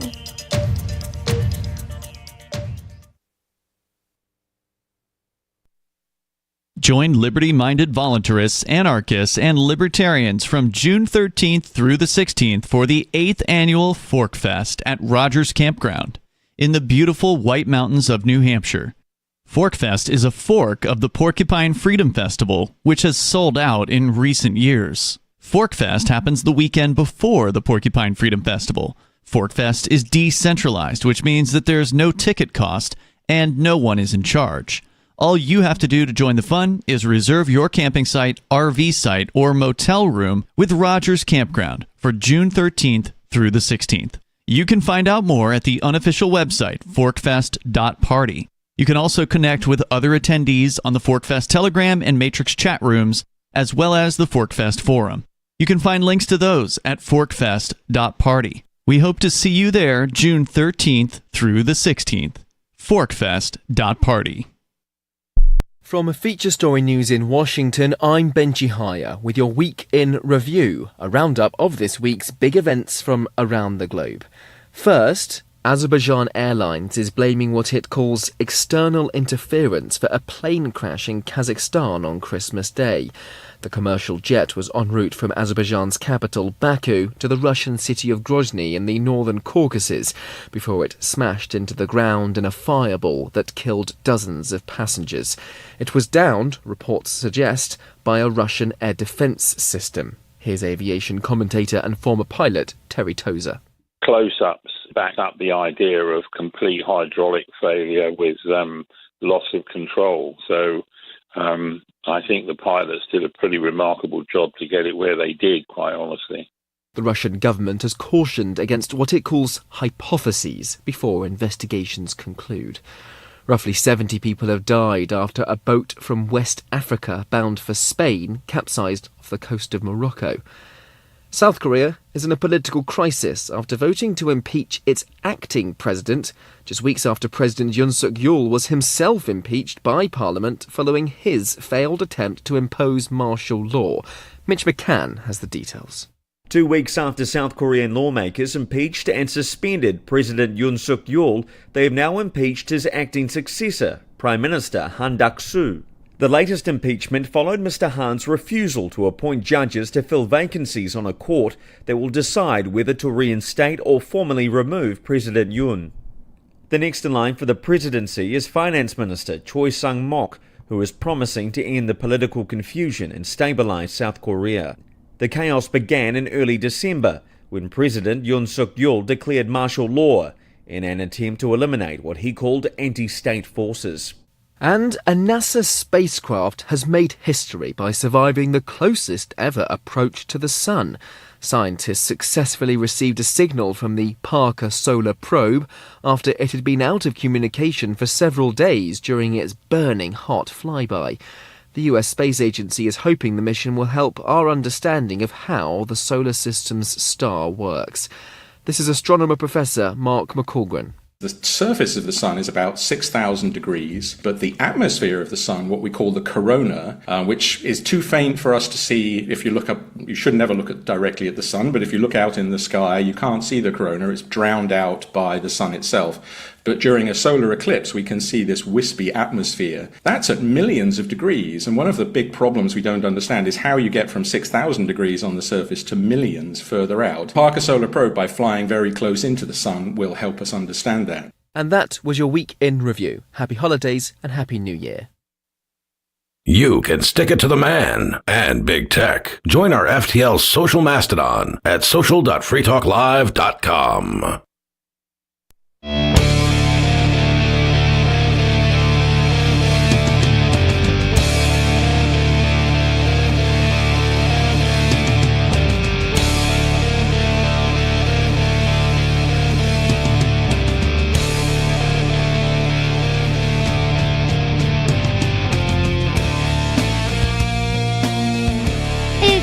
Talk Live, talk radio that you control, and 603-283-6160 is the phone number here. That's 603-283-6160. And I'd like to thank Cornsbane, which, what kind of name is that? What is that? Were you named with born with the name Cornsbane? I don't know what that's supposed to mean, but that's what he is calling himself. I'd like to thank Cornsbane for being an amplifier with us here at Free Talk Live. That means that Cornsbane went to amps.freetalklive.com and signed up to support the show. AMPS stands for Advertise, Market, Promote, and Support. Thanks again to Cornsbane and everyone who supports us. Again, that's amps.freetalklive.com if you'd like to check out the perks and benefits of becoming an amplifier. And I wasn't really trying to be mean about his name. I was just thinking it was some kind of a joke. But if that's really your name, I think it's great. Jay, you had something you wanted to tell us?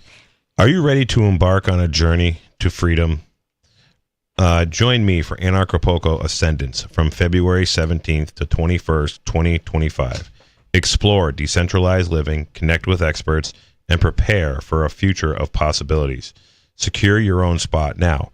Go to anarchapulco.com/tickets and use coupon code JAY to get 10% off your ticket price. And Anarchapulco is a lot of fun. Me, my wife, and my kids will be down there. I will be doing some blacksmithing workshops every day of Anarchapulco in the morning. And I will be speaking on the stage the same day as Joel Salatin, actually, on Thursday. And I'm also going to be the auctioneer for Anarchapulco, which is pretty awesome. I did auctioneering one night down there last year, but I'm going to be the official auctioneer. So every day every evening at the end of events, they auction off all kinds of things. They auction off art, they auction off tickets for stuff. It's a lot of fun, and hope to see you guys there. The weather is awesome in Acapulco in February. It's like New Hampshire during the 4th of July. It's just it's like 90 degrees. It's humid. You know, the ocean's right there. You can like go swimming. It's nice water, nice weather. And the local whole environment and scene is really pretty awesome also. So I was like, who is Joel Salatin? But I knew the name, and I looked it up. And what's really cool about him is he's a regenerative farmer, Yep. and apparently he was asked by RFK's team to join them with the FDA. So that is like pretty crazy that a regenerative farmer is going to be part of that, when so far it's just been basically laughed at by mainstream people. Definitely there hasn't been any regenerative farmers in big spots in the government before. So that's pretty great. And Joel Salatin is a real libertarian. One of the first books he wrote is Everything I Want to Do is Illegal. Oh, that's so funny because I didn't know he wrote that. One time I thought I made that term up. I was like, oh, that's a pretty good one. I'm going to tweet this. And I thought I made it up, but I didn't. But it's true. Everything I want to do is illegal. So in the last segment, we were talking about basically just parenting. And did you guys have anything else you wanted to say about the question of the last caller? Because I felt like I did want to say at least like one thing. I definitely think a major cause of autism is vaccines, and I quote unquote looked into it before because I wasn't vaccinated as a kid. Well, the thing is, I was literally just got like a couple vaccines or whatever they give you in the hospital, like when you're born or the day after you're born, but then never again, because that's when my mom finally got convinced, not because of anything that happened to me, but because my aunt was like begging my mom to look into it, and then she did, and she was like, okay, and she didn't get any kids after me vaccinated at all. So my sister, who's like a year and a half older than me, got like a year and a half of vaccines. I got less, and then none of my other siblings got any vaccines except the adopted one, because they forced you to do that to bring him to America. I'm pretty sure he got him when he was like a baby too. Anyways, I bring that up to say, I mean, I'm just like pretty healthy, like definitely as far as like everybody around having autoimmune problems and autism and things like that. I definitely think I'm above the bar for like the average normie. Like my cousin, who definitely has been completely vaccinated. Maybe I shouldn't say it because I only have one cousin, and I don't think I should say what she has, but an autoimmune disease. What was I going to say about that? Oh, and the caller asked, couldn't it be a mix of things? I think it totally can and is a mix of things, and I think there are certain things you gotta mix together with the vaccines to really make something like really, really bad. So if you think about it, like the Amish are also not eating all the standard American diet, all the fast food, and I really think that seed oils are a huge part of it, because seed oils can also damage the brain. But seed oils work in tandem with other things such as sugar. Like, in my opinion, sugar is not that bad for you if you're avoiding seed oils. Everything in excess is like bad for you, but if you're avoiding seed oils, sugar is better for you than if you're a seed oil eater and you eat sugar, because they work together and not all cause sugars problem. are sugars. Well, there are different There's a huge kinds. difference. So, if like cane sugar is, different than high fructose corn syrup. Yep. So if you're drinking a Mountain Dew, you're Mhm. not consuming cane sugar unless you're getting a Mountain Dew throwback. I don't know if that's still a thing, Mhm. but most of it has high fructose corn syrup, and even in Mexico, when I was down in Mexico last year, I noticed that a lot of the soda had high fructose corn syrup in it. And the idea was years ago, I can remember people, especially when I was in Colorado, you could buy the Mexican Coca-Cola and it had sugar. This is what they've done now. The Americans are still market. They want the Mexican Coca-Cola to have cane sugar, so it still does in America. But in Mexico, they've switched to corn syrup. So like the same bottle. Corn syrup or high fructose corn syrup? Or sorry, Yep. yeah, high fructose corn syrup. And high fructose corn syrup is very expensive to process. It's a big deal compared to sugar, but because the corn is very much government subsidized, and then the high fructose corn syrup gets another subsidy on top of it. It's and the subsidies are whatever the government subsidizes is going to be a lot more of. So they subsidize single moms, they subsidize homeless people, they subsidize just welfare, they subsidize they subsidize poverty. So you start giving poor people a subsidy, you're just going to increase the marketplace of poor people. And so there's all kinds of places where the example is you can bottle of water versus a bottle of Coca-Cola, or a bottle of generic Coca-Cola, whatever it is cheaper than the actual bottle of water, or it's the same exact price as the actual bottle of water. And with this RFK talking about getting rid of seed oils and all these things, what needs to happen is just stop the subsidizing of it. I agree. You don't have to write any laws. You don't have to enforce anything. If you just stop all of this subsidization of the seed oils, the high fructose corn syrup, the soy. fake sugars, soy, all the things, stop subsidizing GMO crops is the bottom line. And all these Roundup Ready crops that are subsidized, and because. And even the Roundup and all that stuff, the glyphosate, which disrupts your gut microbiome. The glyphosate's a huge thing. And the thing is, when you, not only are these seed oils bad for you in their organic form, but the fact is that they are all just drenched. They're just huge amounts of glyphosate. It's actually glyphosate, and I had to Google it because I kept getting that mixed up too. Because it kind of sounds better, glyphosate, but it's glypho and then sate. So the glyphosate is huge. Mike Adams, naturalnews.com, has often done these things where they take a bag of Doritos and they see how much glyphosate is in it, and it's toxic levels of it. And how can they do that? How can they isolate it?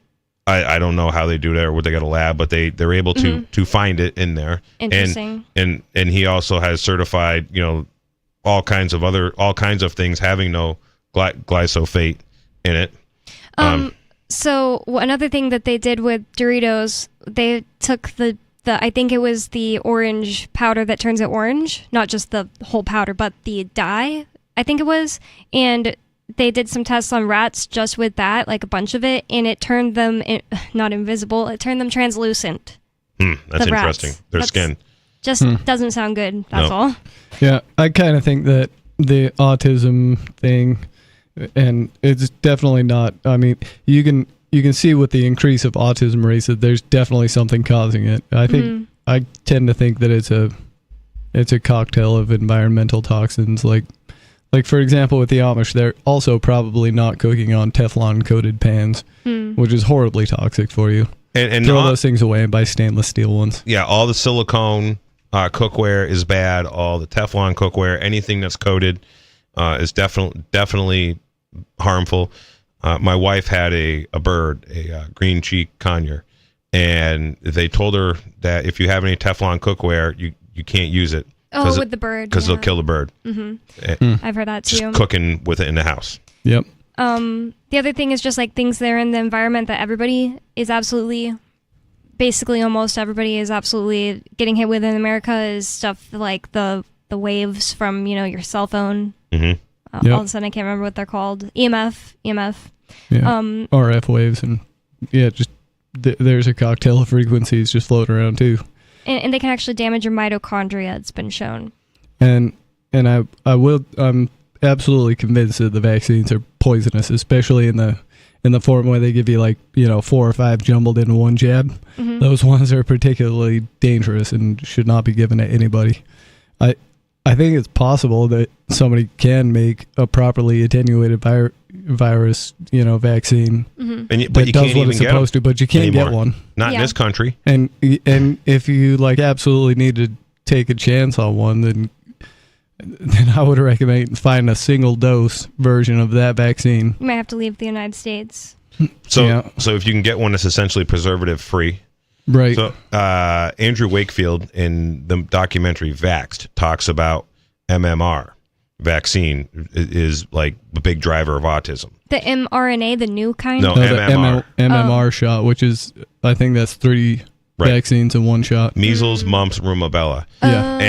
And in the U.S. and Canada, but the U.S. first, they basically made it so you couldn't get the individual measles vaccine. Right. And the individual old school measles vaccine, the individual old school mumps vaccine, and rubella vaccine, if I'm saying that right.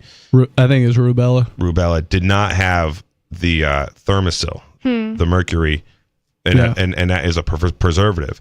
So here's the thing. And they keep changing the name of the mercury that they put in there, so because everybody catches on that it's a major problem. They demand that they take it out, and they're like, okay, we take it out, but they just slightly altered it and changed the name on it. But here's the big tell with autism.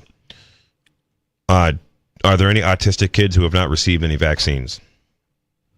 I don't know. I don't know. So I would imagine they're not nearly as common if there are so any. From what I can tell and what I've been paying attention to, there aren't any autistic kids that have not been vaccinated, that have not received these vaccines, and especially MMR vaccine.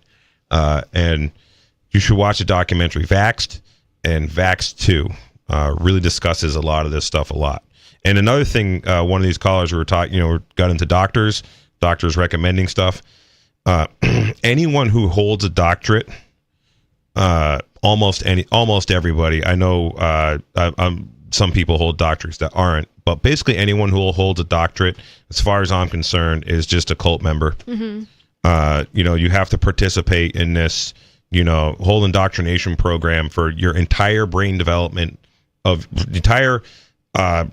years of your life in order basically to get to hold a doctorate. Right. Now, and then you stack on 8 more years of that. Right. And then, and some people have these doctorates that you can get. I believe Ian actually has it. What's it? And I know Brian Sovereign has it from some church or some organization. It's a doctorate in something. I don't know if Ian has it, honestly. I've never Yeah, he does. He showed me the card once. We were laughing about it. But basically, you just sign up for this thing and you get this doctorate. At Liberty Forum years ago, him and Brian Sovereign were. That's literally all it is, though. Right. Yeah, they just signed up for it. But it's just a club like the bar. My niece, I went to her college. She was over here at Southern New Hampshire University, 6-7 years ago, and she was doing her dissertation for her college thing, and she was in this environmental science program, and every professor has a doctorate at these colleges, and it's all Dr. So-and-so, Dr. So-and-so. I start asking these guys what their doctorate's in. Oh, my doctorate's in political science. Mm-hmm. My doctorate's in environmental this. My doctorate's in this, that, or the other thing. So I'm like, oh, so do you know how to do stitches? You know, can you save someone's life? Can you do any medical procedures? Oh, well, that's a medical doctor. I'm not a medical doctor. I'm a professor of blah, blah, blah, blah, just all garbage. Yeah, and even though I know that, it still makes me kind of chuckle in my head when I'm hearing somebody call themselves Dr. blah, blah, blah, and isn't what you like what we colloquially understand as being a doctor. It just makes me laugh. And I know what you're talking about because people be like, I'm Dr. So-and-so, and then their degree is something just that seems completely pointless. Like the term doctor, like as far as I'm concerned, it means you're a cult member. Your skill is probably absolutely worthless in the real world unless you're like an ER doctor, or like a surgeon or something, or a veterinarian. Trauma surgeon or a chiropractor. I don't even know if chiropractors are called doctors, but I don't know. I guess there's a doctorate in chiropractic medicine, but but is all these college professors are mostly a bunch of woke libtards who are just there to suck on this pension thing and just and push the whatever cult like stuff that they're pushing. And you start just looking at like most women who file for divorce are college educated. You just start looking at all and even like the local gas station convenience store that I stop at often. The guy's actually done a pretty good job keeping his place staffed, but he's like, like college graduates and college students are like the worst. He says, I don't even want to hire them if they're a college student because or they're a college graduate. Like if you like include that on your resume, I'm probably not going to call you because you're just going to be difficult. Yeah. You're going to be, you got all these like cult like tendencies and all this stuff. And he's like, he goes, actually, he says the very best help he has always been homeschool kids and farm kids. Are the best. And he goes, the problem with them is that they work for me for a little while and then they're moving on to something bigger and better. And they go, but they're just excellent. To throw back to the beginning of the show, one example out of so many examples I've learned just throughout the years of learning about things that, are taboo.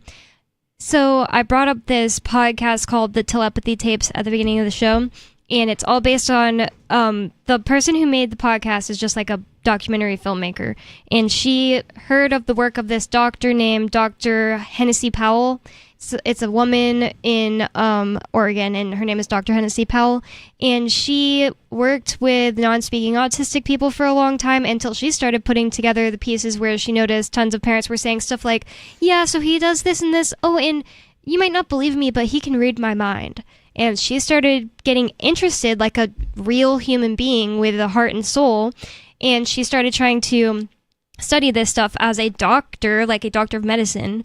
And she wrote a paper and got it published in a real scientific journal about all these kids who had these tests done to them. And it was like leading her to believe that they really could read their caregivers' minds, etc. And without reading it, the medical board fined her and took away her license to be a doctor. And then like a few months in to that, after like tons of damage was already done to her professional status and her like costed her a bunch of money, not just with the fine, but like from having her license revoked. So then they read it and then they reinstated it quietly without like apologizing or anything. So these people are just a cult. If you even they're totally corrupt, the medical boards. If you say something that's what a doctorate is for, is so that it's not so that you can do the thing, it's so that they can stop you from doing the thing if you don't do it their way. Right. They have it drilled into their head that this world is all that you could see and touch is all that there is, and if you're anything but a materialist, then you're asking too many questions, and actually you're crazy and stupid and superstitious, and you need to have your doctorate taken away, and we're all better than you. Yeah, if you veer from the narrative of the cult, the cult leaders can just revoke your license, and it has become just a total modern day cult scenario with all of this worship of doctorates and academia. I have a family member. She totally she's been vaxxed and boosted. She's been boosted 6 times. And she holds a doctorate. She's not a medical doctor. She's one of these doctors that works in a school system. And she's fairly intelligent, but just has this cult-like mentality and just believes absolutely anything that the doctors say. And she can't understand why she's sick all the time. I'm like, you got a COVID vaccine plus 6 boosters, you've gotten this jab 7 times, yeah, and you keep on testing positive for COVID, yeah, and you have COVID a lot, yeah, and it's, you know, but I'm like, and you don't think that these guys in butcher coats who call themselves medical doctors that are, you know, quite essentially have been captured by, you know, the Rockefeller family, you know, industry, the original snake oil salesman is what all the modern Western medicine today stems from, you know, and I'm like, they don't want you living into retirement. Understand that, you know, just like you were saying before. And, oh, no, I'm not drinking that Kool-Aid, she tells me. You know? Yeah, the reason people inside of the cult purposely stay blind to what's going on around them is that, at least I have the suspicion that it's they're afraid of the shunning that comes afterward. Because, and that's a surefire thing. Like, that will happen to you if you're in a cult. You go against the narrative, you'll be shunned. Yep, and Dr. Andrew Wakefield is a clear example. The American Medical Association attacked his license. Yeah. He was originally from, I believe, Europe or England or something, and then he, you know, moved to Texas. He's still in Texas, from what I understand. Then they've gone after, you know, all the doctors, even dentist Ed Brown, guy up here in New Hampshire, who was essentially, you know, stop paying taxes. He was a big he was really big into exposing the fluoride. Oh, I didn't know stuff. that about him. Yep. And when he started getting into going public about exposing fluoride, they went to take his dental license away. He fought him. He won on that, and then the IRS came down on him like a ton of bricks. And but you know, the other thing, you know, once you learn one of these things that's like really wrong, that's being pushed in the narrative, it just opens up your mind so much that just all these other things are, you know, a massive scam and everything's been a lie. Or you can just trick your mind into thinking it's not there, which a lot of people do, because there's a more primally linked fear involved there, which is, you know, in a primitive setting, if you're shunned from your tribe, that means death. You're not going to survive out there without your tribe. And so I think that's the fear that keeps people in place. Even though it's not that way now, you can survive just fine without a tribe. Well, if you're, you know, if you have a doctorate and you have this, you know, parasite, you know, government funded job, and you have, you know, car payments, house payments, vacation house payments. Yeah, you know, if all that goes away, it's going to seem like death. Right. But I promise you, it's not. You'll find a way. Yeah, I until I moved to New Hampshire, a lot of the times I would just think, oh, there's no way to do X without going through the official streams or whatever the word is I'm looking for. They're like the official way to do a thing. And I just like thought that for most things, no matter what, without it really popping into the front of my brain, like I'm straight up thinking that it was just an assumption, if that makes sense. And a lot of times Ian would say, you can just do X, you can just do X, Y, or Z. And I would just be like, I guess you can. Like, for example, being like a reporter, you can just be the press. You don't have to do that, yeah. Yeah, you don't have to ask.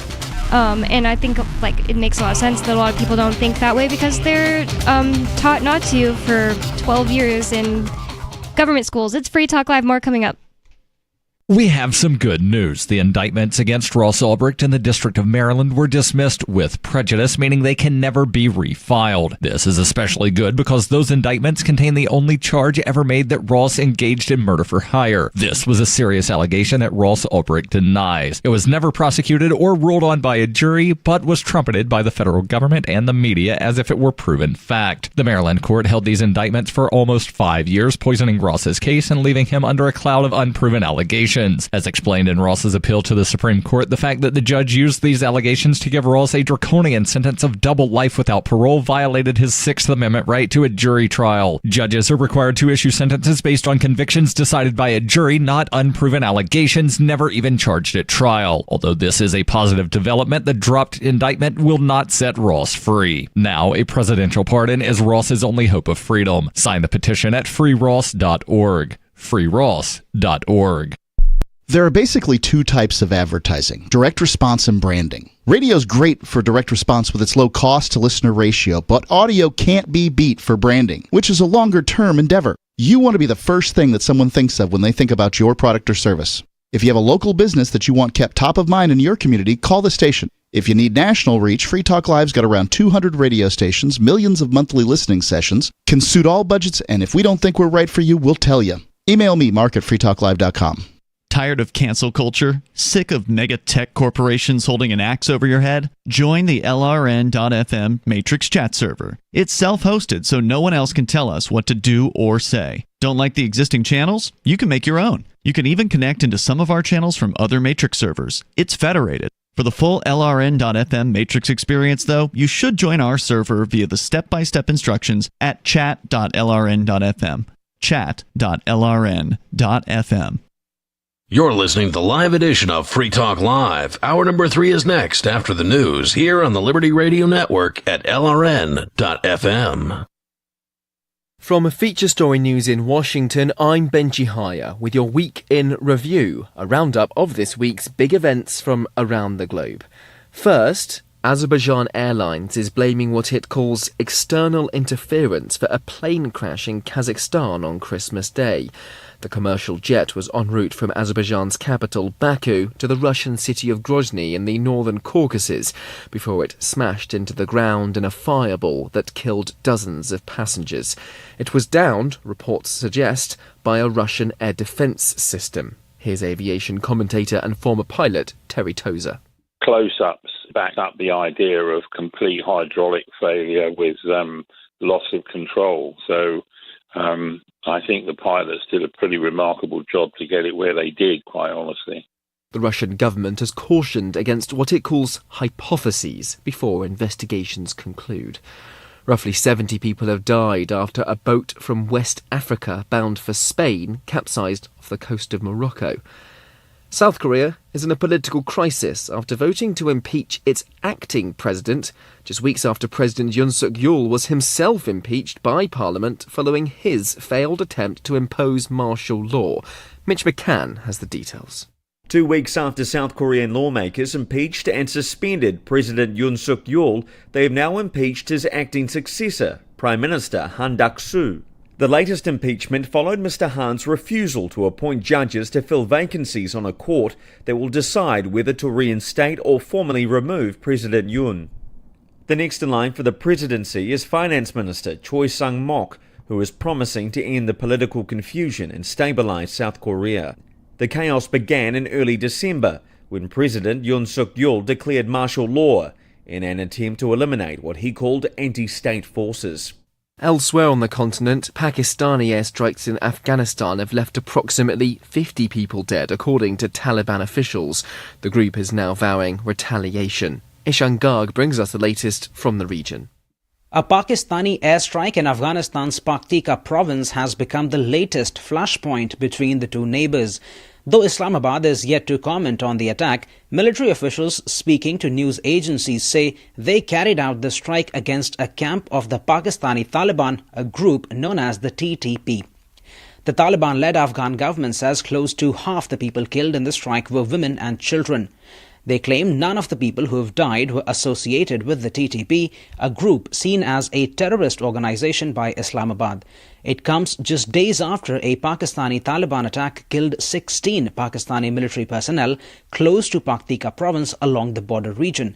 Pakistan has seen countless such attacks in the past 2 decades, and it blames the Taliban government for aiding the TTP.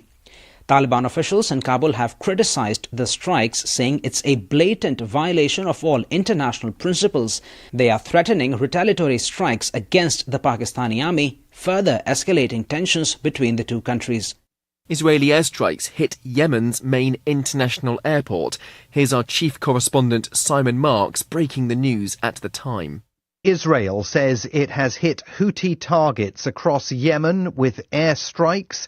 The Israeli military says it struck military targets belonging to the Houthis because the rebel group has repeatedly attacked Israel. It's reported that the international airport in the capital Sana'a was hit, along with the Al-Dailami military base The head of the World Health Organization was at the Yemeni airport. Meanwhile, 5 journalists in Gaza were killed in a separate Israeli strike that Israel's army says was targeting an armed group in the Palestinian Strip. And a NASA spacecraft has made history by surviving the closest ever approach to the Sun.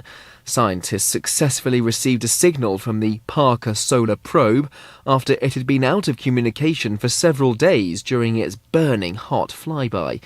The US Space Agency is hoping the mission will help our understanding of how the solar system's star works. This is astronomer Professor Mark McColgan. The surface of the sun is about 6,000 degrees, but the atmosphere of the sun, what we call the corona, which is too faint for us to see if you look up, you should never look directly at the sun, but if you look out in the sky, you can't see the corona, it's drowned out by the sun itself. But during a solar eclipse, we can see this wispy atmosphere. That's at millions of degrees, and one of the big problems we don't understand is how you get from 6,000 degrees on the surface to millions further out. Parker Solar Probe, by flying very close into the sun, will help us understand that. And that was your Week in Review. Happy holidays and Happy New Year. To help you understand how dangerous narcotics operations have persisted despite decades of bold efforts to completely mishandle the problem, we now present The Onion Explained, the drug trade. The cartels remain as powerful as ever. Experts say that the only solution is to eliminate the demand for illegal drugs by instead getting buzzed on common household products, like cough syrup. Not only do items such as nail polish remover and model glue get you ripped if you really breathe that in, they also help shrink the market for cartel drugs. Cartels would stand to lose billions if even a third of the people using their cocaine or methamphetamine instead huffed Freon, which will knock you right on your ass just as quickly. It's easy to get by cracking open an air conditioner. If enough people realize that keyboard cleaner will put you in a insane trance and that it's just sitting there right now in your desk drawer, the costly war on drugs could very well end tomorrow. Don't miss a moment of Free Talk Live. Get our archives daily via our podcast at feeds.freetalklive.com.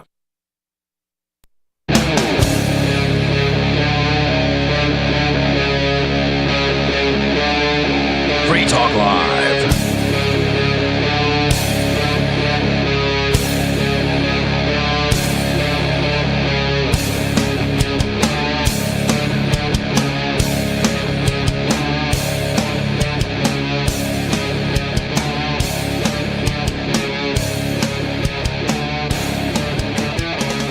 It's Free Talk Live, talk radio that you control, and 603-283-6160 is the phone number to bring up whatever is on your mind. 603-283-6160, and Free Talk Live is brought to you by LibertyMinded.com. Official Free Talk Live gear like t-shirts and hoodies are available at LibertyMinded.com. Plus, you'll find a unique collection of cool and funny liberty-oriented clothing at LibertyMinded.com. That's LibertyMinded.com. And with you on Free Talk Live tonight, you've got me, Bonnie, Stu, and Jay. And we have this story also from the Wall Street Journal, and I'm really happy that you brought something up. You brought up, Jay, because just the title itself kind of irks me. It says Coke, PepsiCo, and others lobby to keep sugary sodas in food stamp program, and I hate the sugar slander in this title because Coke and Pepsi, mostly, like 99% of what they sell is high fructose corn syrup. So they're kind of sugar slandering by making it sound like, oh, they're sugary. They're high fructose corn syrupy. They're glyphosate-y because of that. Whenever I cut just corn out of my diet, you said you've done this in a different, for a different reason at a different time. But you also cut out like everything that was subsidized. I cut out just corn one day to see how I reacted. And I've cut things out before plenty of times to see how I reacted. And like maybe I lost weight or this or that. But I don't think anything has ever been just like a one ingredient that I cut out that caused the biggest impact. It was like day and night with my like, what's the word they use for it? Like foggy brain, like brain fog was just like gone. And I just felt so much better in tons of different ways. It was the most noticeably better I've ever felt after taking something out. And I don't consume high fructose corn syrup, even like cornstarch, like anything that has corn in it. I ate some real corn in my ramen that I made like from scratch the other day, and then the second time I made it, I was like, I can do without it, even though I really wanted it for some reason at the first time I made it. It was just as fine without it. I had some cereals I had been eating, and I'm like, these are the only cereals on the shelf that don't use like soybean oil and a whole bunch of other crap, but they had corn, and I cut that out. I stopped eating anything with corn. Like when I make my marshmallows, I use the powdered sugar that only is made from sugar, not sugar and cornstarch like most powdered sugar. Yeah, corn is bad, I think. Well, and the thing is pretty much all the corn is sprayed with Roundup. Yeah, drenched in it. Because, and to get the subsidy, you must spray at least X amount of ounces per acre of Roundup on your corn. And what the Roundup Ready corn does is it takes the glyphosate or glyphosate, or however you say it. I'm never going to say it right, but it's glyphosate, and it does sound wrong. I was saying glyphosate as well, but takes the glyphosate, which also known as Agent Orange. That's what it was developed from. Whoa! And because Agent Orange was used to spray over the jungles of Vietnam and Cambodia and whatever. Yeah, it was for deforestation. Yep. And then you could see everything on the forest floor 2 days later because everything died. Oh, and then you could burn it because it all died and it was no longer green. And then years later, the horror that it caused to the humans that it was sprayed on is. Go look up those pictures if you want to have nightmares. And so, anyways, the corn uptakes the glyphosate and encapsulates it in a protein membrane. And when the corn is producing the kernel, those protein membranes go into the corn kernel. So I'm actually okay with these guys spraying the Roundup on the corn right after they plant it. And then, like, the guy I actually buy corn from, I haven't bought any corn in a while, but now we're feeding barley mostly. But the guy I've bought corn from, he will spray some Roundup, like a week after it or 2 weeks after the corn pops out of the ground to kill all the weeds. And then what he does for weed control after that is he burns the weed. So I think he has like a 6 or 8 row weed burner that goes behind. He took a crop sprayer and set it up with a big propane tank and weed burners. How does it not just burn the corn too? Because the corn's planted like 32 inches apart in rows or 30 inches. And the grass and corn's pretty resilient once it's about 3 feet tall. And then he just basically what they do is they burn the grass that's growing in the corn, and the grass burns, and it doesn't bother the corn. It's just they drive along. It's a quick flame, real close to the ground. It just burns the grass and the weeds on the ground. Doesn't harm the corn. And so, anyways, whatever you're consuming for a corn product or a high fructose corn syrup, and a high fructose corn syrup has like concentrated glyphosate in it. Yeah. So the glyphosate disrupts the it's a mineral inhibitor. So when it kills the plant is not able to uptake minerals. Whoa. Because it wants to kill the weeds. That makes it even more pointless to eat. It's like this guy was trying to argue with me I should eat corn on the internet, and I was like, I can get fiber anywhere, and there's like almost nothing else useful in corn. And he was saying, well, every vegetable like has its minerals, but what you're saying makes me think it probably isn't even a good source of any minerals. So there's another guy that I deal with a little bit, and he's in Hadley, Mass. You guys have had the corn tortilla things that I've served at Pork Fest before. Yeah. So those are just ground up corn, salt, and lime. Oh, so that's like the process they call like masa harina that keeps it, makes it, your body can digest it because the lime has like kind of started to digest it before you start eating it. And the ancient Mexicans knew how to do that somehow. That's cool. So anyways, these corn, that guy, he cultivates the corn. Basically, he has this machine that it's a little spring tooth cultivator that he goes over the corn with it as the corn is basically popping out of the ground, and it just kind of like bangs the corn around a little bit when the roots are really little. And corn's actually pretty resilient. Like you can actually corn when it just sprouts, you can like pull it out of the ground and then just drop it right there and come back, and it'll probably, and most of it will just grow right up just fine. It'll like reroot itself. So he has this machine for that to like kill the weeds, and then what he does is he goes through with a weed burner once the corn gets bigger. But he runs another cultivator that just cultivates the rows between the corn, and I grew a bunch of corn. I didn't get any corn because I didn't cultivate it good enough, and I didn't spray anything, and but anyways, it was just kind of a experimental thing. Next year I'm gonna with the corn I do grow, I'm gonna burn it all the rows with weed with a weed burner. I'm just gonna walk it back and forth, but I'll do like a quarter acre, a half acre of corn. But yeah, so the thing is so you're getting this mineral inhibitor into your gut, and it's screwing up your gut microbiome. Oh my god. And yeah, corn is a big deal. Now, if you can get like organic corn, for example, like these corn tortillas, next time I go to Massachusetts, I'll get some. I'll make sure I get some for you. Oh, I have some of that Masa Harina stuff. It's just that I find myself like, oh, I can eat this bread that has ingredients that I find fine. So I don't really find myself I need a tortilla anymore. So we don't have to eat corn, and like the corn that's being consumed in the U.S. and grown in the U.S. is basically just pretty much one species of corn. Mexico blocked GMO corn. Oh wow! And most of the U.S.'s corn is exported to Mexico. Like the Republican welfare whore farmers are freaking out, the corn guys, because Mexico is not going to take GMO corn anymore. Wow, so that's a new thing. Right. Wow. It's a very recent thing.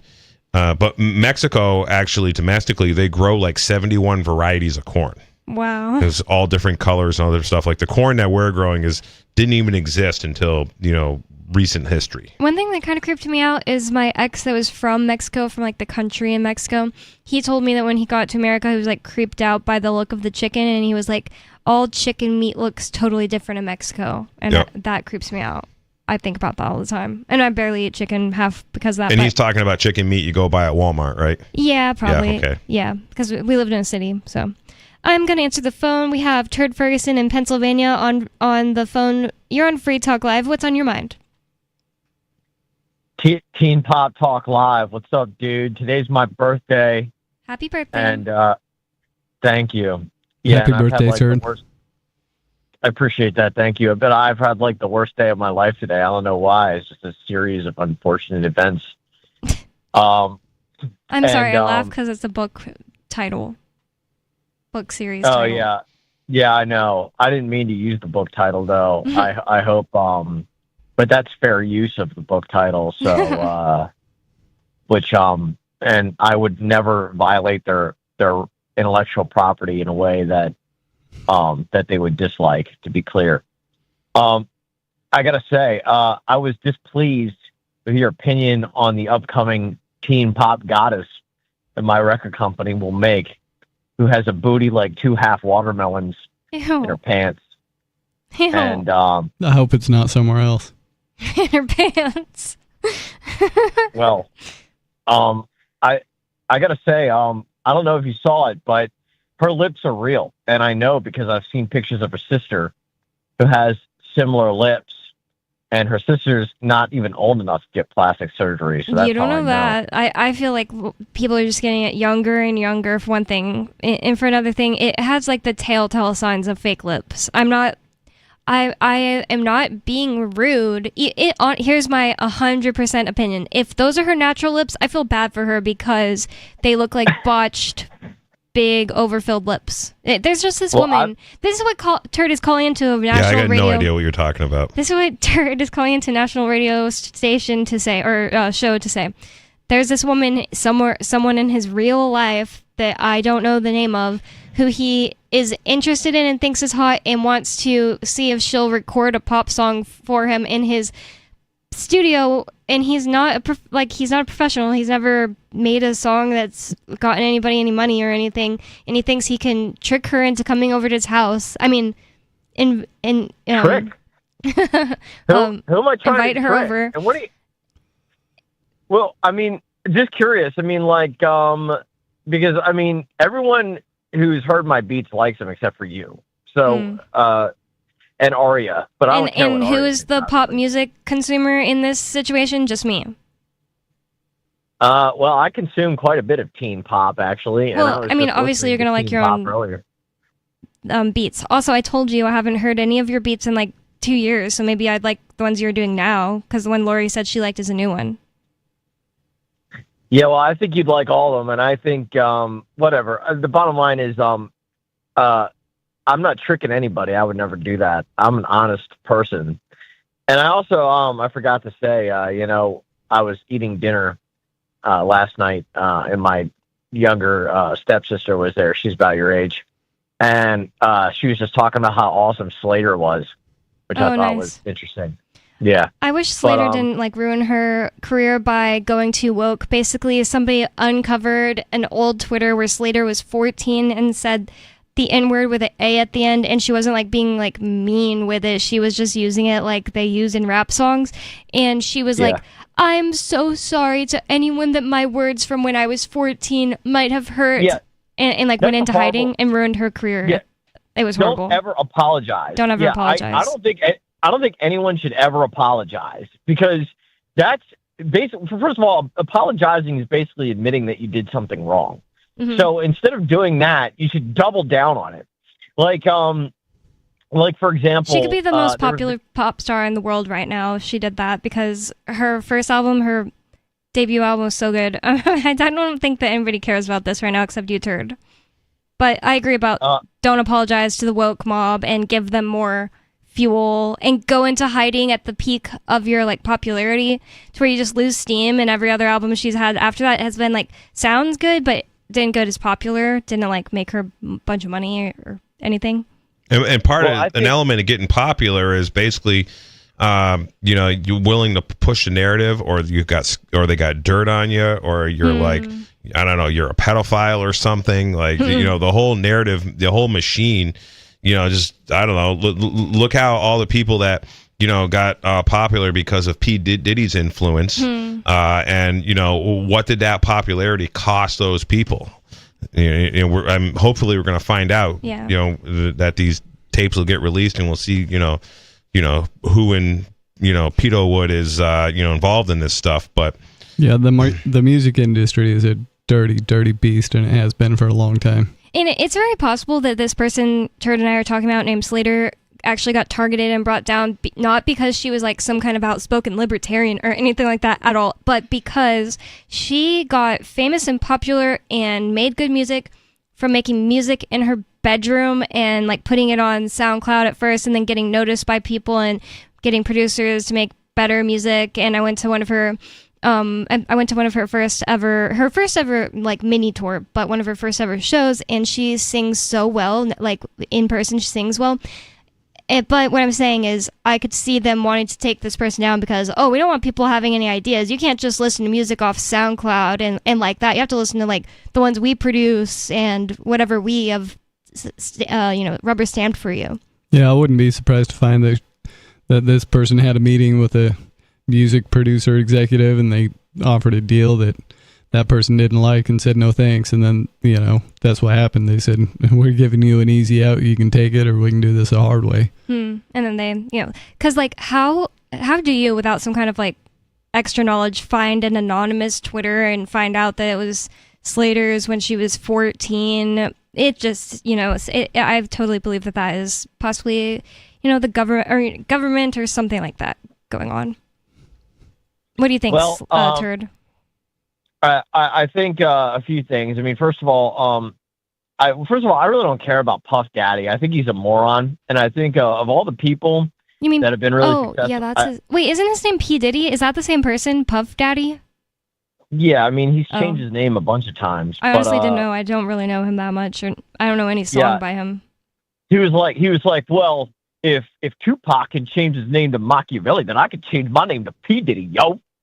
And I just don't think that you should apologize for. And by the way, and his music's not that good in comparison to other rap. And this is why I don't think you should ever apologize. There was that guy that made fun of Mehdi Hassan, telling him that he's lucky his beeper didn't go off, and then Mehdi Hassan pretended to be offended about it.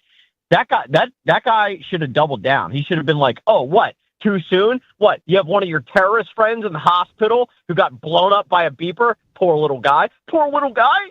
That's what he should have done. And that's what I would have done had I been on the show with Mehdi Hassan, gay little Mehdi Hassan, wimpy little Mehdi Hassan. That's what I would have done. And I disagree with you. I think my beats are awesome, and I think that woman is beautiful. And I'm not fooling anybody. I never called her not beautiful. All I said was like she went and got a bunch of plastic surgery to look like everyone else, so no one is going to want her to be like their favorite pop star. The thing about being a pop star is like, wow, she's somebody I like look up to because she's just herself and beautiful and like different than other people. Not, oh, she looks like everybody else that goes to my Whole Foods on every single day. So thanks for the call, Turd. I really thought he wanted to be on topic today because he called multiple times when we were talking about the same subject. Sorry if you had anything else to say. The other hosts don't care about pop music, and I think we wasted a whole segment on that. So at the beginning of this segment, and thank you for the call, Turd Ferguson, we were talking about how Coke and PepsiCo are lobbying to keep their high fructose corn syrupy sodas in the food stamp program, and RFK Jr., Trump's nominee to lead the HHS, what's that, Human Health and Services, wants to make sugary drinks ineligible for SNAP benefits. It says Robert F. Kennedy Jr. wants to take sugary drinks, and I want to know if that's his term. Like, is he literally saying sugary drinks? Like, oh, you're going to take away some kind of drink that's made out of maple syrup? Then you should go, like, find something else to do because that's stupid.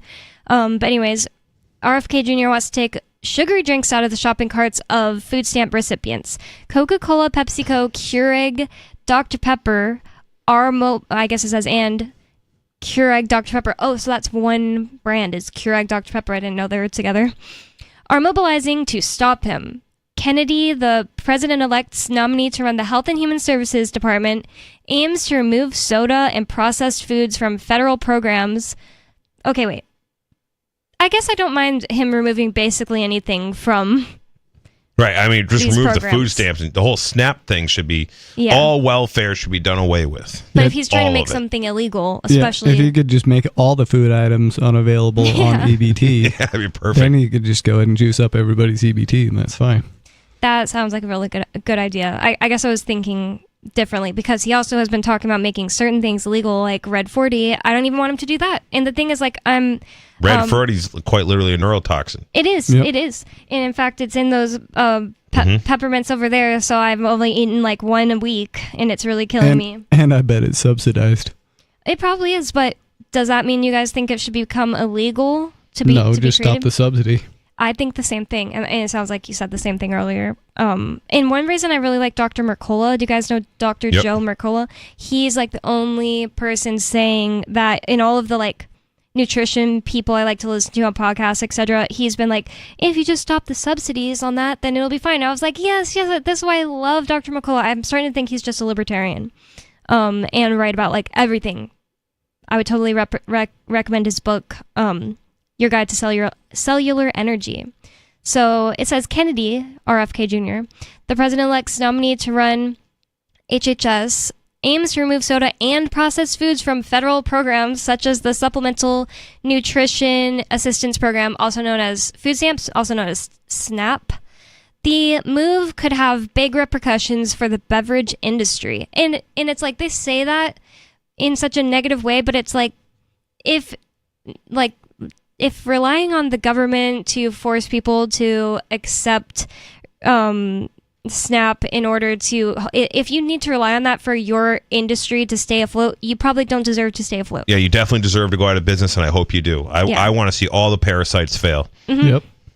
And that's a really good point. I love, Jay, when you talk about how more than just the government are parasites, because it's true. People who work for Coke and are lobbying to be able to be a part of, stealing from people and then giving to others to buy soda, that's basically definition of a parasite right there.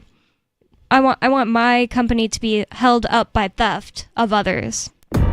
So, Free Talk Live, 603-283-6160. Call in with whatever's on your mind. As you can see, you could totally change the subject if you want to, but I mean, try to be interesting. I feel bad because sometimes you kind of Turd tries to pull on my interest to keep us talking about something that most people don't want to hear about. But if you can be interesting, 603-283-6160. It's Free Talk Live. The ultimate bargain is free. I'm Holland Cook with Inflation Hacks. Before you can fully type the Buy Nothing Project, Google will finish it for you. It's that popular now. Their mission statement is buy less, share more. It makes us all richer and our planet cleaner. You can give away or ask for whatever you want free. Appliances, workout gear, concert and event and travel tickets. And intangibles. Offer the world your photo or poem or short story. Offer people near you that stack of bricks or fish tank you want to get rid of. Check it out at buynothingproject.org and the Buy Nothing app for Apple and Android devices. And poke around Facebook Marketplace and Craigslist. How are you coping? Post your inflation hacks at andyoucanquoteme.com. From Feature Story News in Washington, I'm Benji Haya with your Week in Review, a roundup of this week's big events from around the globe. First, Azerbaijan Airlines is blaming what it calls external interference for a plane crash in Kazakhstan on Christmas Day. The commercial jet was en route from Azerbaijan's capital, Baku, to the Russian city of Grozny in the northern Caucasus, before it smashed into the ground in a fireball that killed dozens of passengers. It was downed, reports suggest, by a Russian air defense system. Here's aviation commentator and former pilot Terry Tozer. Close-ups back up the idea of complete hydraulic failure with loss of control. So I think the pilots did a pretty remarkable job to get it where they did, quite honestly. The Russian government has cautioned against what it calls hypotheses before investigations conclude.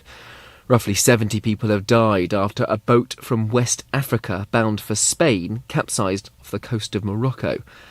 South Korea is in a political crisis after voting to impeach its acting president, just weeks after President Yoon Suk-yeol was himself impeached by Parliament following his failed attempt to impose martial law.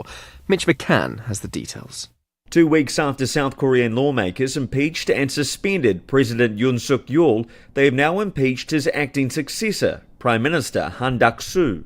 The latest impeachment followed Mr. Han's refusal to appoint judges to fill vacancies on a court that will decide whether to reinstate or formally remove President Yoon. The next in line for the presidency is Finance Minister Choi Sang-mok, who is promising to end the political confusion and stabilize South Korea. The chaos began in early December when President Yoon Suk-yeol declared martial law in an attempt to eliminate what he called anti-state forces. And a NASA spacecraft has made history by surviving the closest ever approach to the Sun. Scientists successfully received a signal from the Parker Solar Probe after it had been out of communication for several days during its burning hot flyby. The US Space Agency is hoping the mission will help our understanding of how the solar system's star works.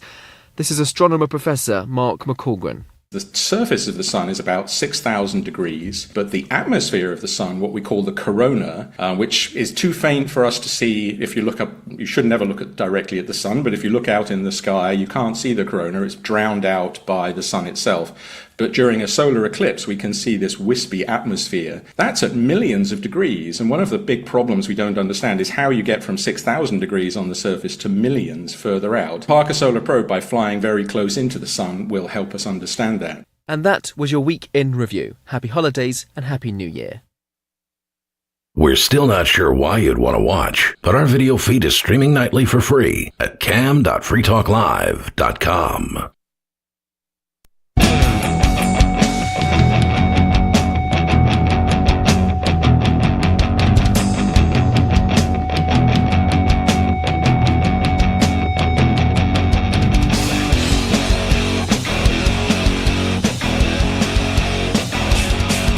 It's Free Talk Live, talk radio that you control.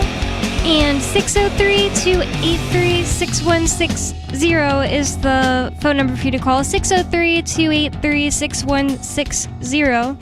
And we've been podcasting since podcast began, but we're launching a new podcast anyway. Our new podcast is a 30 to 45 minute show releasing once a week, and you can find it at freetalkcast.com.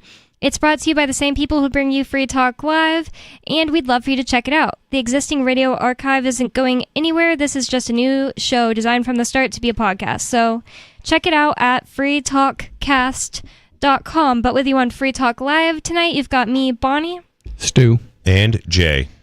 And in the last segment, we started talking about this story about RFK Jr. wanting to take certain junk food away from the SNAP, aka food stamps program.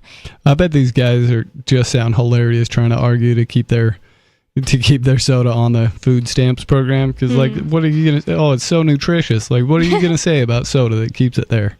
Yeah, they basically I was just trying to find it on YouTube, but I wasn't able to locate it. This summer I listened to this guy who was a former attorney lobbyist for basically Coca-Cola. And he was talking about on this podcast, I believe he was on the Diary of a CEO podcast. Now that I think about it, I don't know if you guys ever heard of that guy. But anyways, he was on there and he was saying that they lobby Congress. They spend tons of money lobbying to get this. And they say that this gives basically poor people access to calories. Whoa. So one of my friends works for a large chain. She's probably retired now. This is Potatoes. Just one ingredient, starch. A great source of calories. And cheap. And cheap, yeah. Sweet potatoes, cheap. Yeah, there's lots of cheap calories out there. But nobody's really addicted to potatoes unless you're fried and put a bunch of chemicals on them. No, I'm not really addicted, but that's like my thing right now is sweet potatoes. So good. I like sweet potatoes too. So anyways, he was talking about how they argue that this is how to get poor people calories. And wow. If anybody's really interested in learning something about sugar, there's a lecture out there on YouTube called Sugar: The Bitter Truth, and then there's an updated one called Sugar: The Bitter Truth 2.0. Anyways, he gets into all difference, like how calories not a calorie, and different calories come from different types of sugar, and this, that, and the other thing, and it's basically addictive. It's very addictive, actually. Sugar. I think it's I consider sugar as the gateway drug. So what there's a former lobbyist / attorney for, I think it was Coca-Cola, but was saying that basically a huge amount of revenue of Coca-Cola and Pepsi is quite literally due to food stamps. And my friend who worked for this large supermarket chain, they're all over southern New England and New York.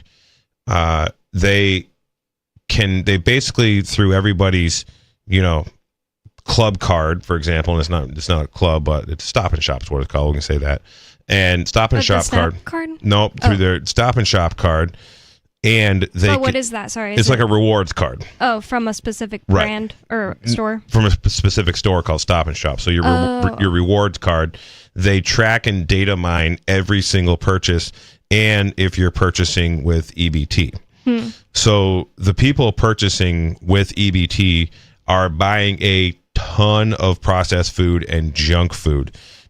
And if you look at these supermarkets, like there's very little real food in a supermarket. You go walk around Market Basket, you got your produce section, you got your meat section, like you got a fish section, and some of the dairy, not all of the dairy. And some of the dairy. Yeah, half of that's ultra pasteurized now. Yeah, right, and it's all on the outside, but everything on the inside of the grocery store is quite literally junk food. Processed or ultra processed. And as far as I'm concerned, if it's processed, it's no longer defined as food. Anytime I start telling someone about even just like one ingredient, like if we're just sticking to seed oils, which is like there are multiple seed oils, but then they start going to the grocery store and they start saying like, Bonnie, you wouldn't believe it, it's in this. And I'm like, I believe it. It's in. You don't understand. When me and Ian first stopped eating certain ingredients, we'd be like, people act like you're in the way if you're reading the ingredients. Oh, yeah. People act like when are they going to move? I'm sitting here trying to read what's in the ingredient before I decide if I'm going to ingest this. Like, excuse me. Sometimes I have to sit there and Google if they make their cheese with real animal rennet or if it's a Pfizer vegetable rennet, which is poisonous and often made of soy. And so people are looking at me like, when's she going to move? Like, I'm going to move when I'm done deciding if I want to purchase this thing. Like, can't you buy anything else? Like, why do people go into the grocery store in such a hurry? And you find like a good product that has good ingredients, and then Unilever buys it. Or they'll switch it up. And it no longer has good ingredients. Right. Yep. I don't trust that anymore. I don't just go, oh, this has good ingredients, because that's happened to me multiple times where I brought something home and I'm like, this has canola oil in it now. What happened? So what's happening with all this sugar and processed food is it's literally making people retarded. Quite literally, it is lowering IQ. Well, okay, I disagree about sugar, sorry, but I agree about the processed food. Oh, so the sugar is addictive. The sugar is a gateway so drug. Is air.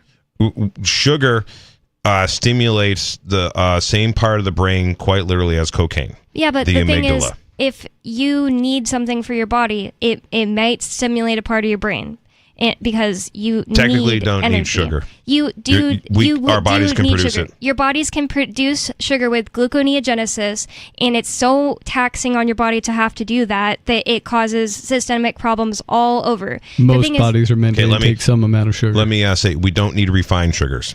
Yeah, sure. I'd agree with that. We don't need refined sugars, so you're not going to find wholesome sugars in your processed food. I agree. It's all refined sugars. And the other thing that is a problem with like Robert Lustig, his sugar, the one you mentioned, Sugar, the Bitter Truth, he refuses to change his mind with new information brought to him. Like Dr. Mercola, he wrote all he of did these... update his lecture. You might want to listen to the second one. Well, Dr. Mercola, he used to be anti-sugar. He wrote books about being anti-sugar and even anti-carb, and he's changed his mind like a million times, and he talks about it on his podcast like, so I used to think this, and then I learned this, and then I tested this, and blah blah, and now I have this opinion.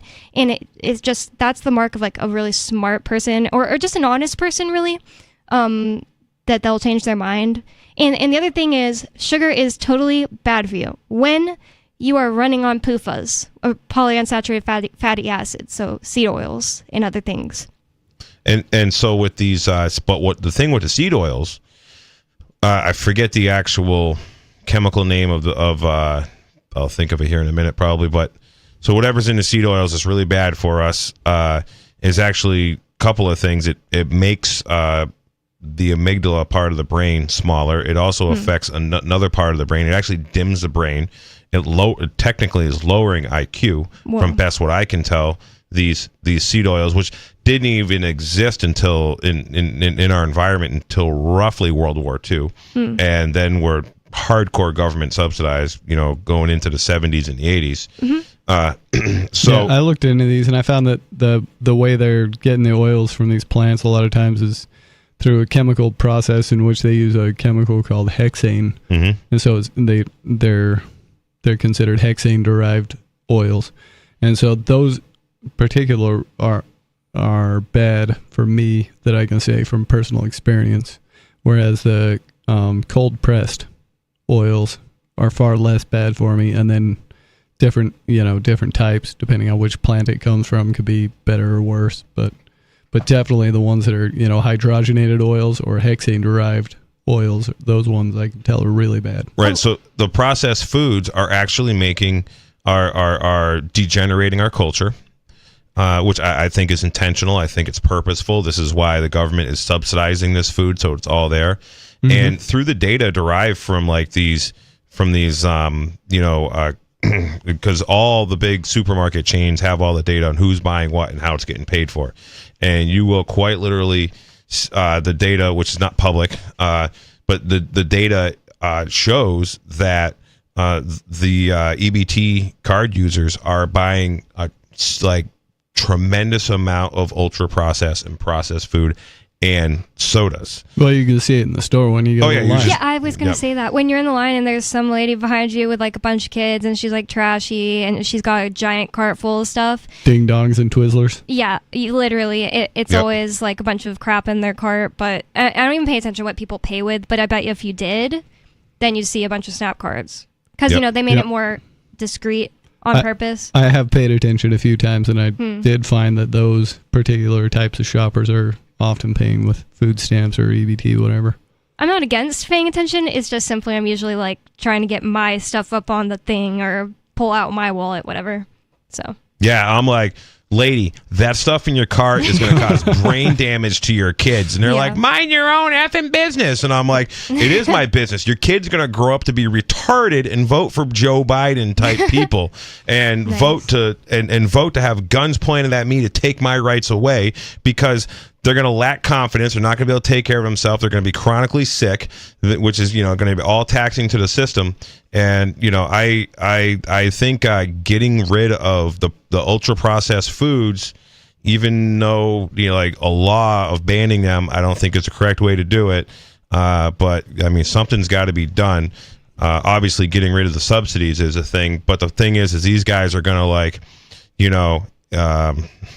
they're going to ban it, and then they're going to divert the subsidy to something else because once they ban it, then you got all these subsidies to produce it still out there, and you're going to, they're going to, they're going to do something else with the canola. They're going to do something else with the soybeans, something else with the cotton. Because these people need to sell this oil because it's oftentimes a byproduct of something else they're creating. Like if you're making something with the plant that's called rapeseed or the rapeseed plant. I forget what its like normal name is. And there's this byproduct that you just got to throw away. In fact, you got to pay to throw it away. So soybeans are when they extract the oil out of the soybean, what they have left over is soybean meal, which goes into producing all kinds of other stuff it's like tofu. It's ton of what's the word we're using? Processed foods too. Yep. It's like, well, what the heck is that? What's soybean meal? Apparently a byproduct. Well, soybean meal is when they crush the soybean to extract the oil, basically the dry matter left over is a soybean meal. And so they'll use that for that. And that's a big ingredient in a lot of livestock feed. And everything, which is not good for, like, your government subsidized chicken that's in the store is fed tons of soy. Your government subsidized pork. I can't believe that pork chops, $1.79 a pound I saw this morning in my local grocery store. And all white pork chop which means that's anemic pig, pork, the other white meat. Yeah, it's because when you raise them in captivity and you put 10,000 hogs in a 4 or 5 acre building and you feed them and you're on concrete and they're not in the dirt, they're anemic. But they're also, they're at processing weight by the time they're 5 or 6 months old. And they have these big goiters because the soy is super estrogenic. Every part of the soy plant has phytoestrogens, and they use estrogen to cause pigs to be fatter by messing with their thyroid gland. I almost cussed. Yeah, so there's a lot of soybean meal being used to produce your eggs, chicken, or eggs, poultry, pork, and and dairy products. There's not quite so much in dairy. You put a lot of soy to cows. It causes them a lot of problems. So it's not a big ingredient in your cow. And that's why you're actually none of my animals get any soy whatsoever because we're not government subsidized. I eat a J-Noon animal. And it doesn't only taste better, but I don't get any kind of like the type of feelings I'll get if I go to a restaurant. Sometimes I go to a restaurant and just try to kind of guess. You almost have to guess most of the time what's the best thing to get. Most of the time is like, this is kind of where my potato obsession started. They don't have to fry a potato, they bake it. So that's a good choice. My kids won't even eat French fries. We went to the movie the other night and the family I with, they ordered some French fries and some sweet potato fries. They ate a couple of sweet potato fries. They each literally took one French fry, took a bite out of it, and threw it back in the basket. But when we go to a restaurant, I'm like, first off, I say, "Are you guys using tallow yet?" and they're always like, "What's tallow?" Whoa. I'm like, "For your fry later, with tallow or lard." I don't know what our fry later has. Let me go ask you. Oh, we're using peanut oil. We're using canola oil. Peanut oil is at Five Guys. They're the only ones I've seen using peanut oil. And it's still bad. Not only, yeah. I'm sure you knew that, but some people think that it's just like a good alternative, but it's still bad. It's highly unsaturated, and also they do the thing where they're oxidizing it by heating it for days and days and days before they change it. Even if it's heated for like an hour, it's bad for you. So the Buffalo Wild Wings actually uses tallow. Oh, I've heard that. And Too bad I hate chicken wings. So you can get boneless chicken wings, which are basically chicken tenders. Yeah, maybe I would try it. But they, so I'm like, what are your options? And they're like, oh, you can get sweet potato fries, you can get onion rings, and I'm like, anything that's not in a fry later, and then so I just been getting baked potato. Yeah, nice. And Me just too. put butter and sour cream on it. It's good, and we get that for my kids. But in the past like 3 years, we only go out to eat like maybe once every 2 months, 3 months. We don't go out to eat hardly anymore at all because all the food establishments, all the food is garbage. Yeah, I quite know. literally all of it. And it's just not as good as the food I make at my house is the other thing. Yep. Like I stopped really going to Social Sunday as much, even though like the restaurant they go to seems better than most. Like I have some options there. It's just like I would rather eat like I said about the meat. Like I have a bunch of J-Noon meat in my freezer, and then I go and eat barbecue that's supposed to be pretty good according to everyone else, and it just doesn't taste that great to me, and I always feel sick. It's like I'm always like, what could I have possibly eaten there that had seed oils or something? But I think it's just the meat. I have ruined I'm accused of ruining people's taste buds with the chicken because the way I raise my chicken is they're pasture raised, and I got maggot buckets out there, which is basically you throw like just like if I trap like rats or raccoons or whatever, and I drown them, and then I throw them in the maggot bucket, and the flies. I had like no flies at my farm. I don't know if you were there this summer. You and it showed was like, me the maggot bucket. Oh yeah, okay, yeah. So you saw it, but it was like with the head of like a lamb or something. Oh no, I had a couple of steer heads in that big one because we're just working on cleaning them up. So like the flies go and have babies in there, The and then flies lay the eggs. The chickens eat it. eggs hatch in the maggots. The maggots eat the dead flesh. But and it keeps flies out of your property. And as soon as they fall out of the bucket, there's a chicken to eat it. So there's a lot of fat and protein. The chickens digest that real good. Yeah. And then this year I planted a bunch of daikon radishes. All where those chickens grazed, and those chickens just ate all those radish greens, they ate all the grass, they ate all the bugs, and then we feed them barley that is sprouted barley that I further ferment by soaking it in water, and then and then I actually fed them a bunch of organic yogurt that I got that was like rejected for some reason, Stonyfield vanilla yogurt, and like I can't eat chicken out anywhere. It just doesn't taste right to it's me. Bad. And Seriously. and everybody that tries my chicken, they're like, oh, ever since I had that chicken you gave me, all other chicken just doesn't seem right. And I'm like, yeah. And then one lady, who I ran out chicken, and she bought some chicken from another farm that's I don't know where, somewhere up north. And she said, yeah, it was as good as your chicken. And I'm like, yeah, was it pasture raised? And that's really the thing. I mean, these chickens, when they're out eating grass and they're scratching in the dirt like they should be, just the way a pig should be, just the way a cow should be, out on some grass. In the sun. Just doing their thing. Yeah, you're going to lose some to hawks. And although I got pretty good at dealing with the hawks and the critters, I didn't lose a single chicken this fall to a critter or to any predators. But what did you do different? Well, for the hawks, I got this hot pink like twine that it's like a surveyor's twine or grading twine, and I just put it like kind of up high in multiple spots so the hawks can't swoop in under the chickens. Whoa. And then also, do they see it with their like really good eyes? Oh yeah. They can't you can put up baling twine or wire. Like if you got like a pond and you want to keep all the ducks and geese out of it, if you run a grid of wire or twine or string like every 6 feet, they can't land because of their wingspan. But they see it. They're not like running into it, right? Oh yeah, they're not definitely run. They don't even try. Wow, and that's really cool. So like after about a week after I put up all that twine this fall, or because I do a round of meat birds in the spring and a round of meat birds in the fall, I didn't see any more hawks around my property at all. And so I just it's all up there still now. It's rained on it and snowed on it. It hasn't fallen down. It's still there.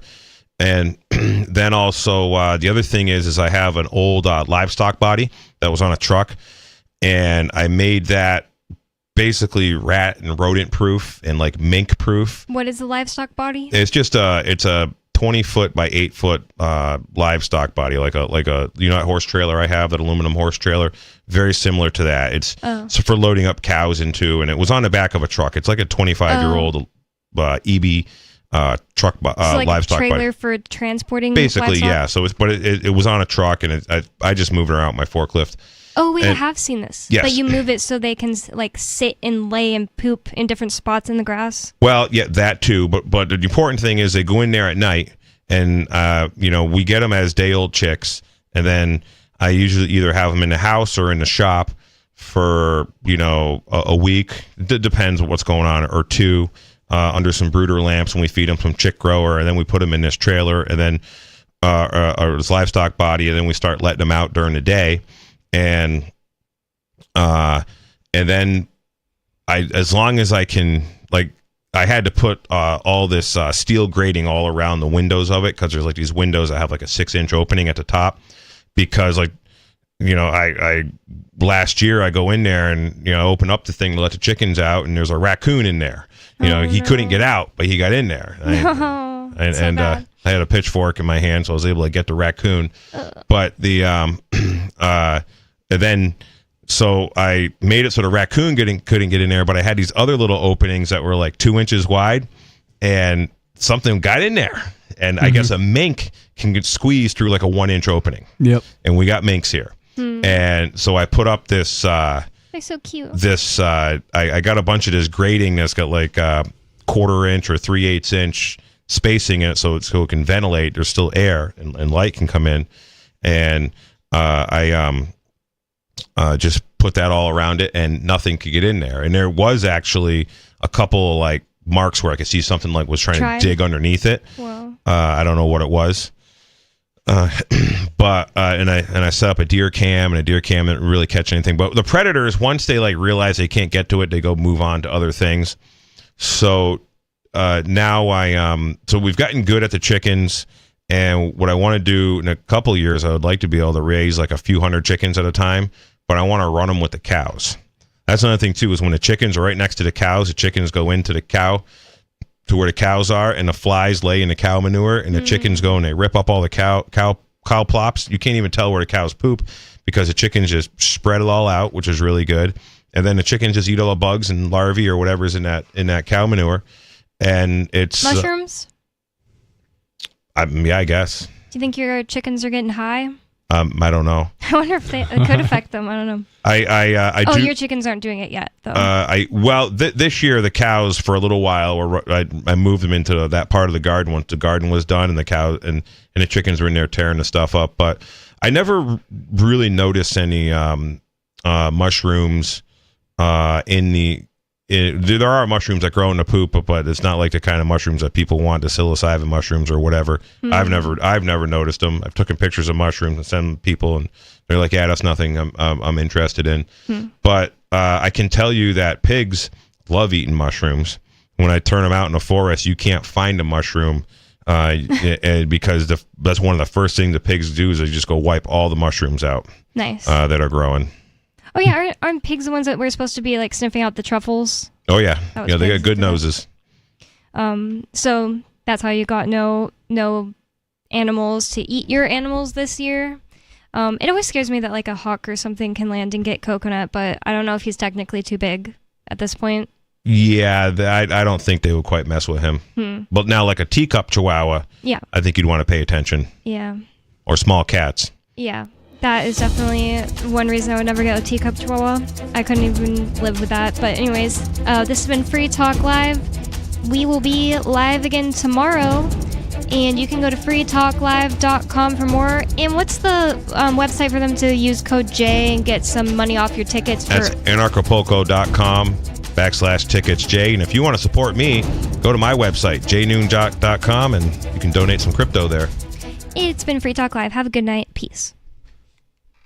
Some of you have wanted to support Free Talk Live's mission on a monthly basis, but don't want to support Patreon. Now we have an alternative that also helps our premier streaming platform, Odyssey. Visit video.freetalklive.com and click Join at the top of the channel. You can subscribe for $5 per month, and unlike other subscription services, Odyssey adds their processing fee on top, so it'll cost a little over $5 per month, but Free Talk Live will receive the entire amount you pledged. Higher donation tiers are available if you're feeling so inspired. You'll get a special membership badge that's visible in the Odyssey chat room, and if we